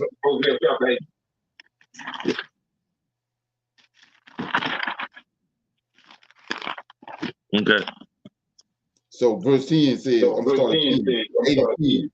Yea, though they have hired among the nations, now will I gather them, this Ephraim, and they shall sorrow a little for the burden of. Hold on, Leonard. What chapter? What chapter again? Because I'm in Hosea 2. Chapter 8. Got you. Okay, sorry. Got you. Verse 10 says, Yea, though they have hired among the nations, now will I gather them, and they shall sorrow a little for the burden of the king of princes, because Ephraim have made many altars to sin. Altars shall be upon him to sin. I have written to him the great things of my law, but they were counted as strange things. They sacrifice flesh for the sacrifices of mine on my altar and eat it. Both, but the Lord accepted them not. Now will I remember their iniquity and visit their sins. They shall return to Egypt. For Israel have forgotten his maker and builded temples. Yeah, And Judah they went back. They went back into Egypt. Right. And then the other one is 14 and 8. The same book.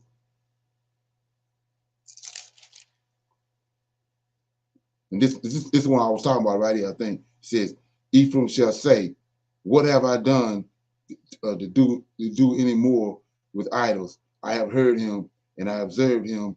I am like a green fir tree. For me is thy fruit found.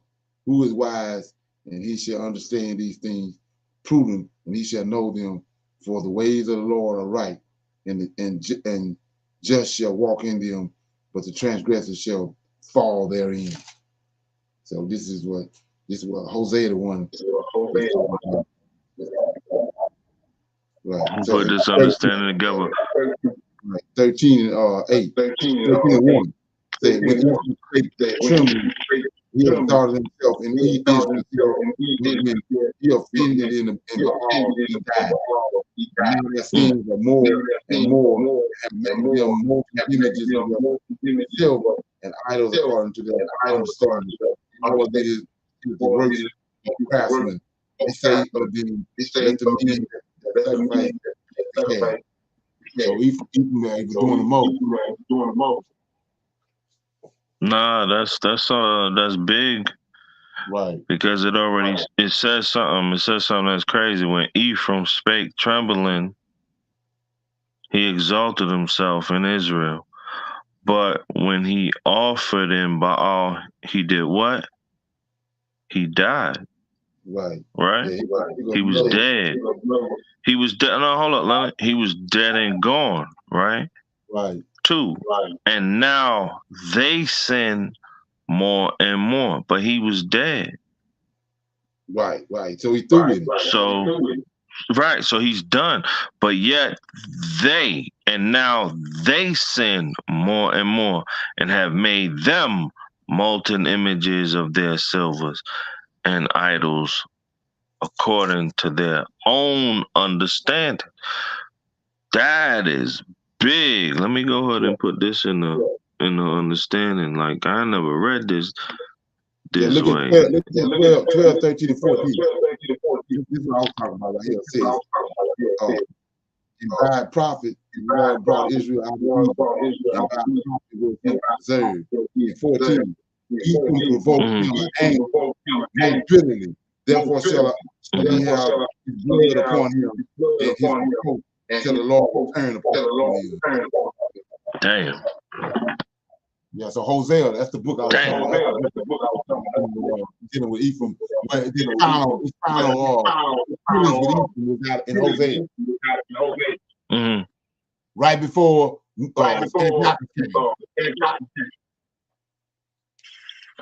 Is that's big before Antiochus came. That's a while before Antiochus came. So these folks, so that's what I'm saying. It was nothing for Antiochus to come and do what he did.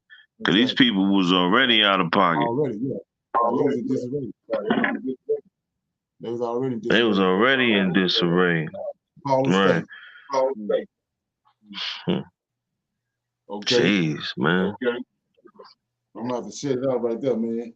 We are 3 hours. You good? I'm good. It was really good. Thank you. Yes, sir. You good? Okay. So let me get this. Okay. Yeah. I'll see everybody tomorrow for reading through it tonight. Shalom. Shalom, everyone. Shalom, everyone.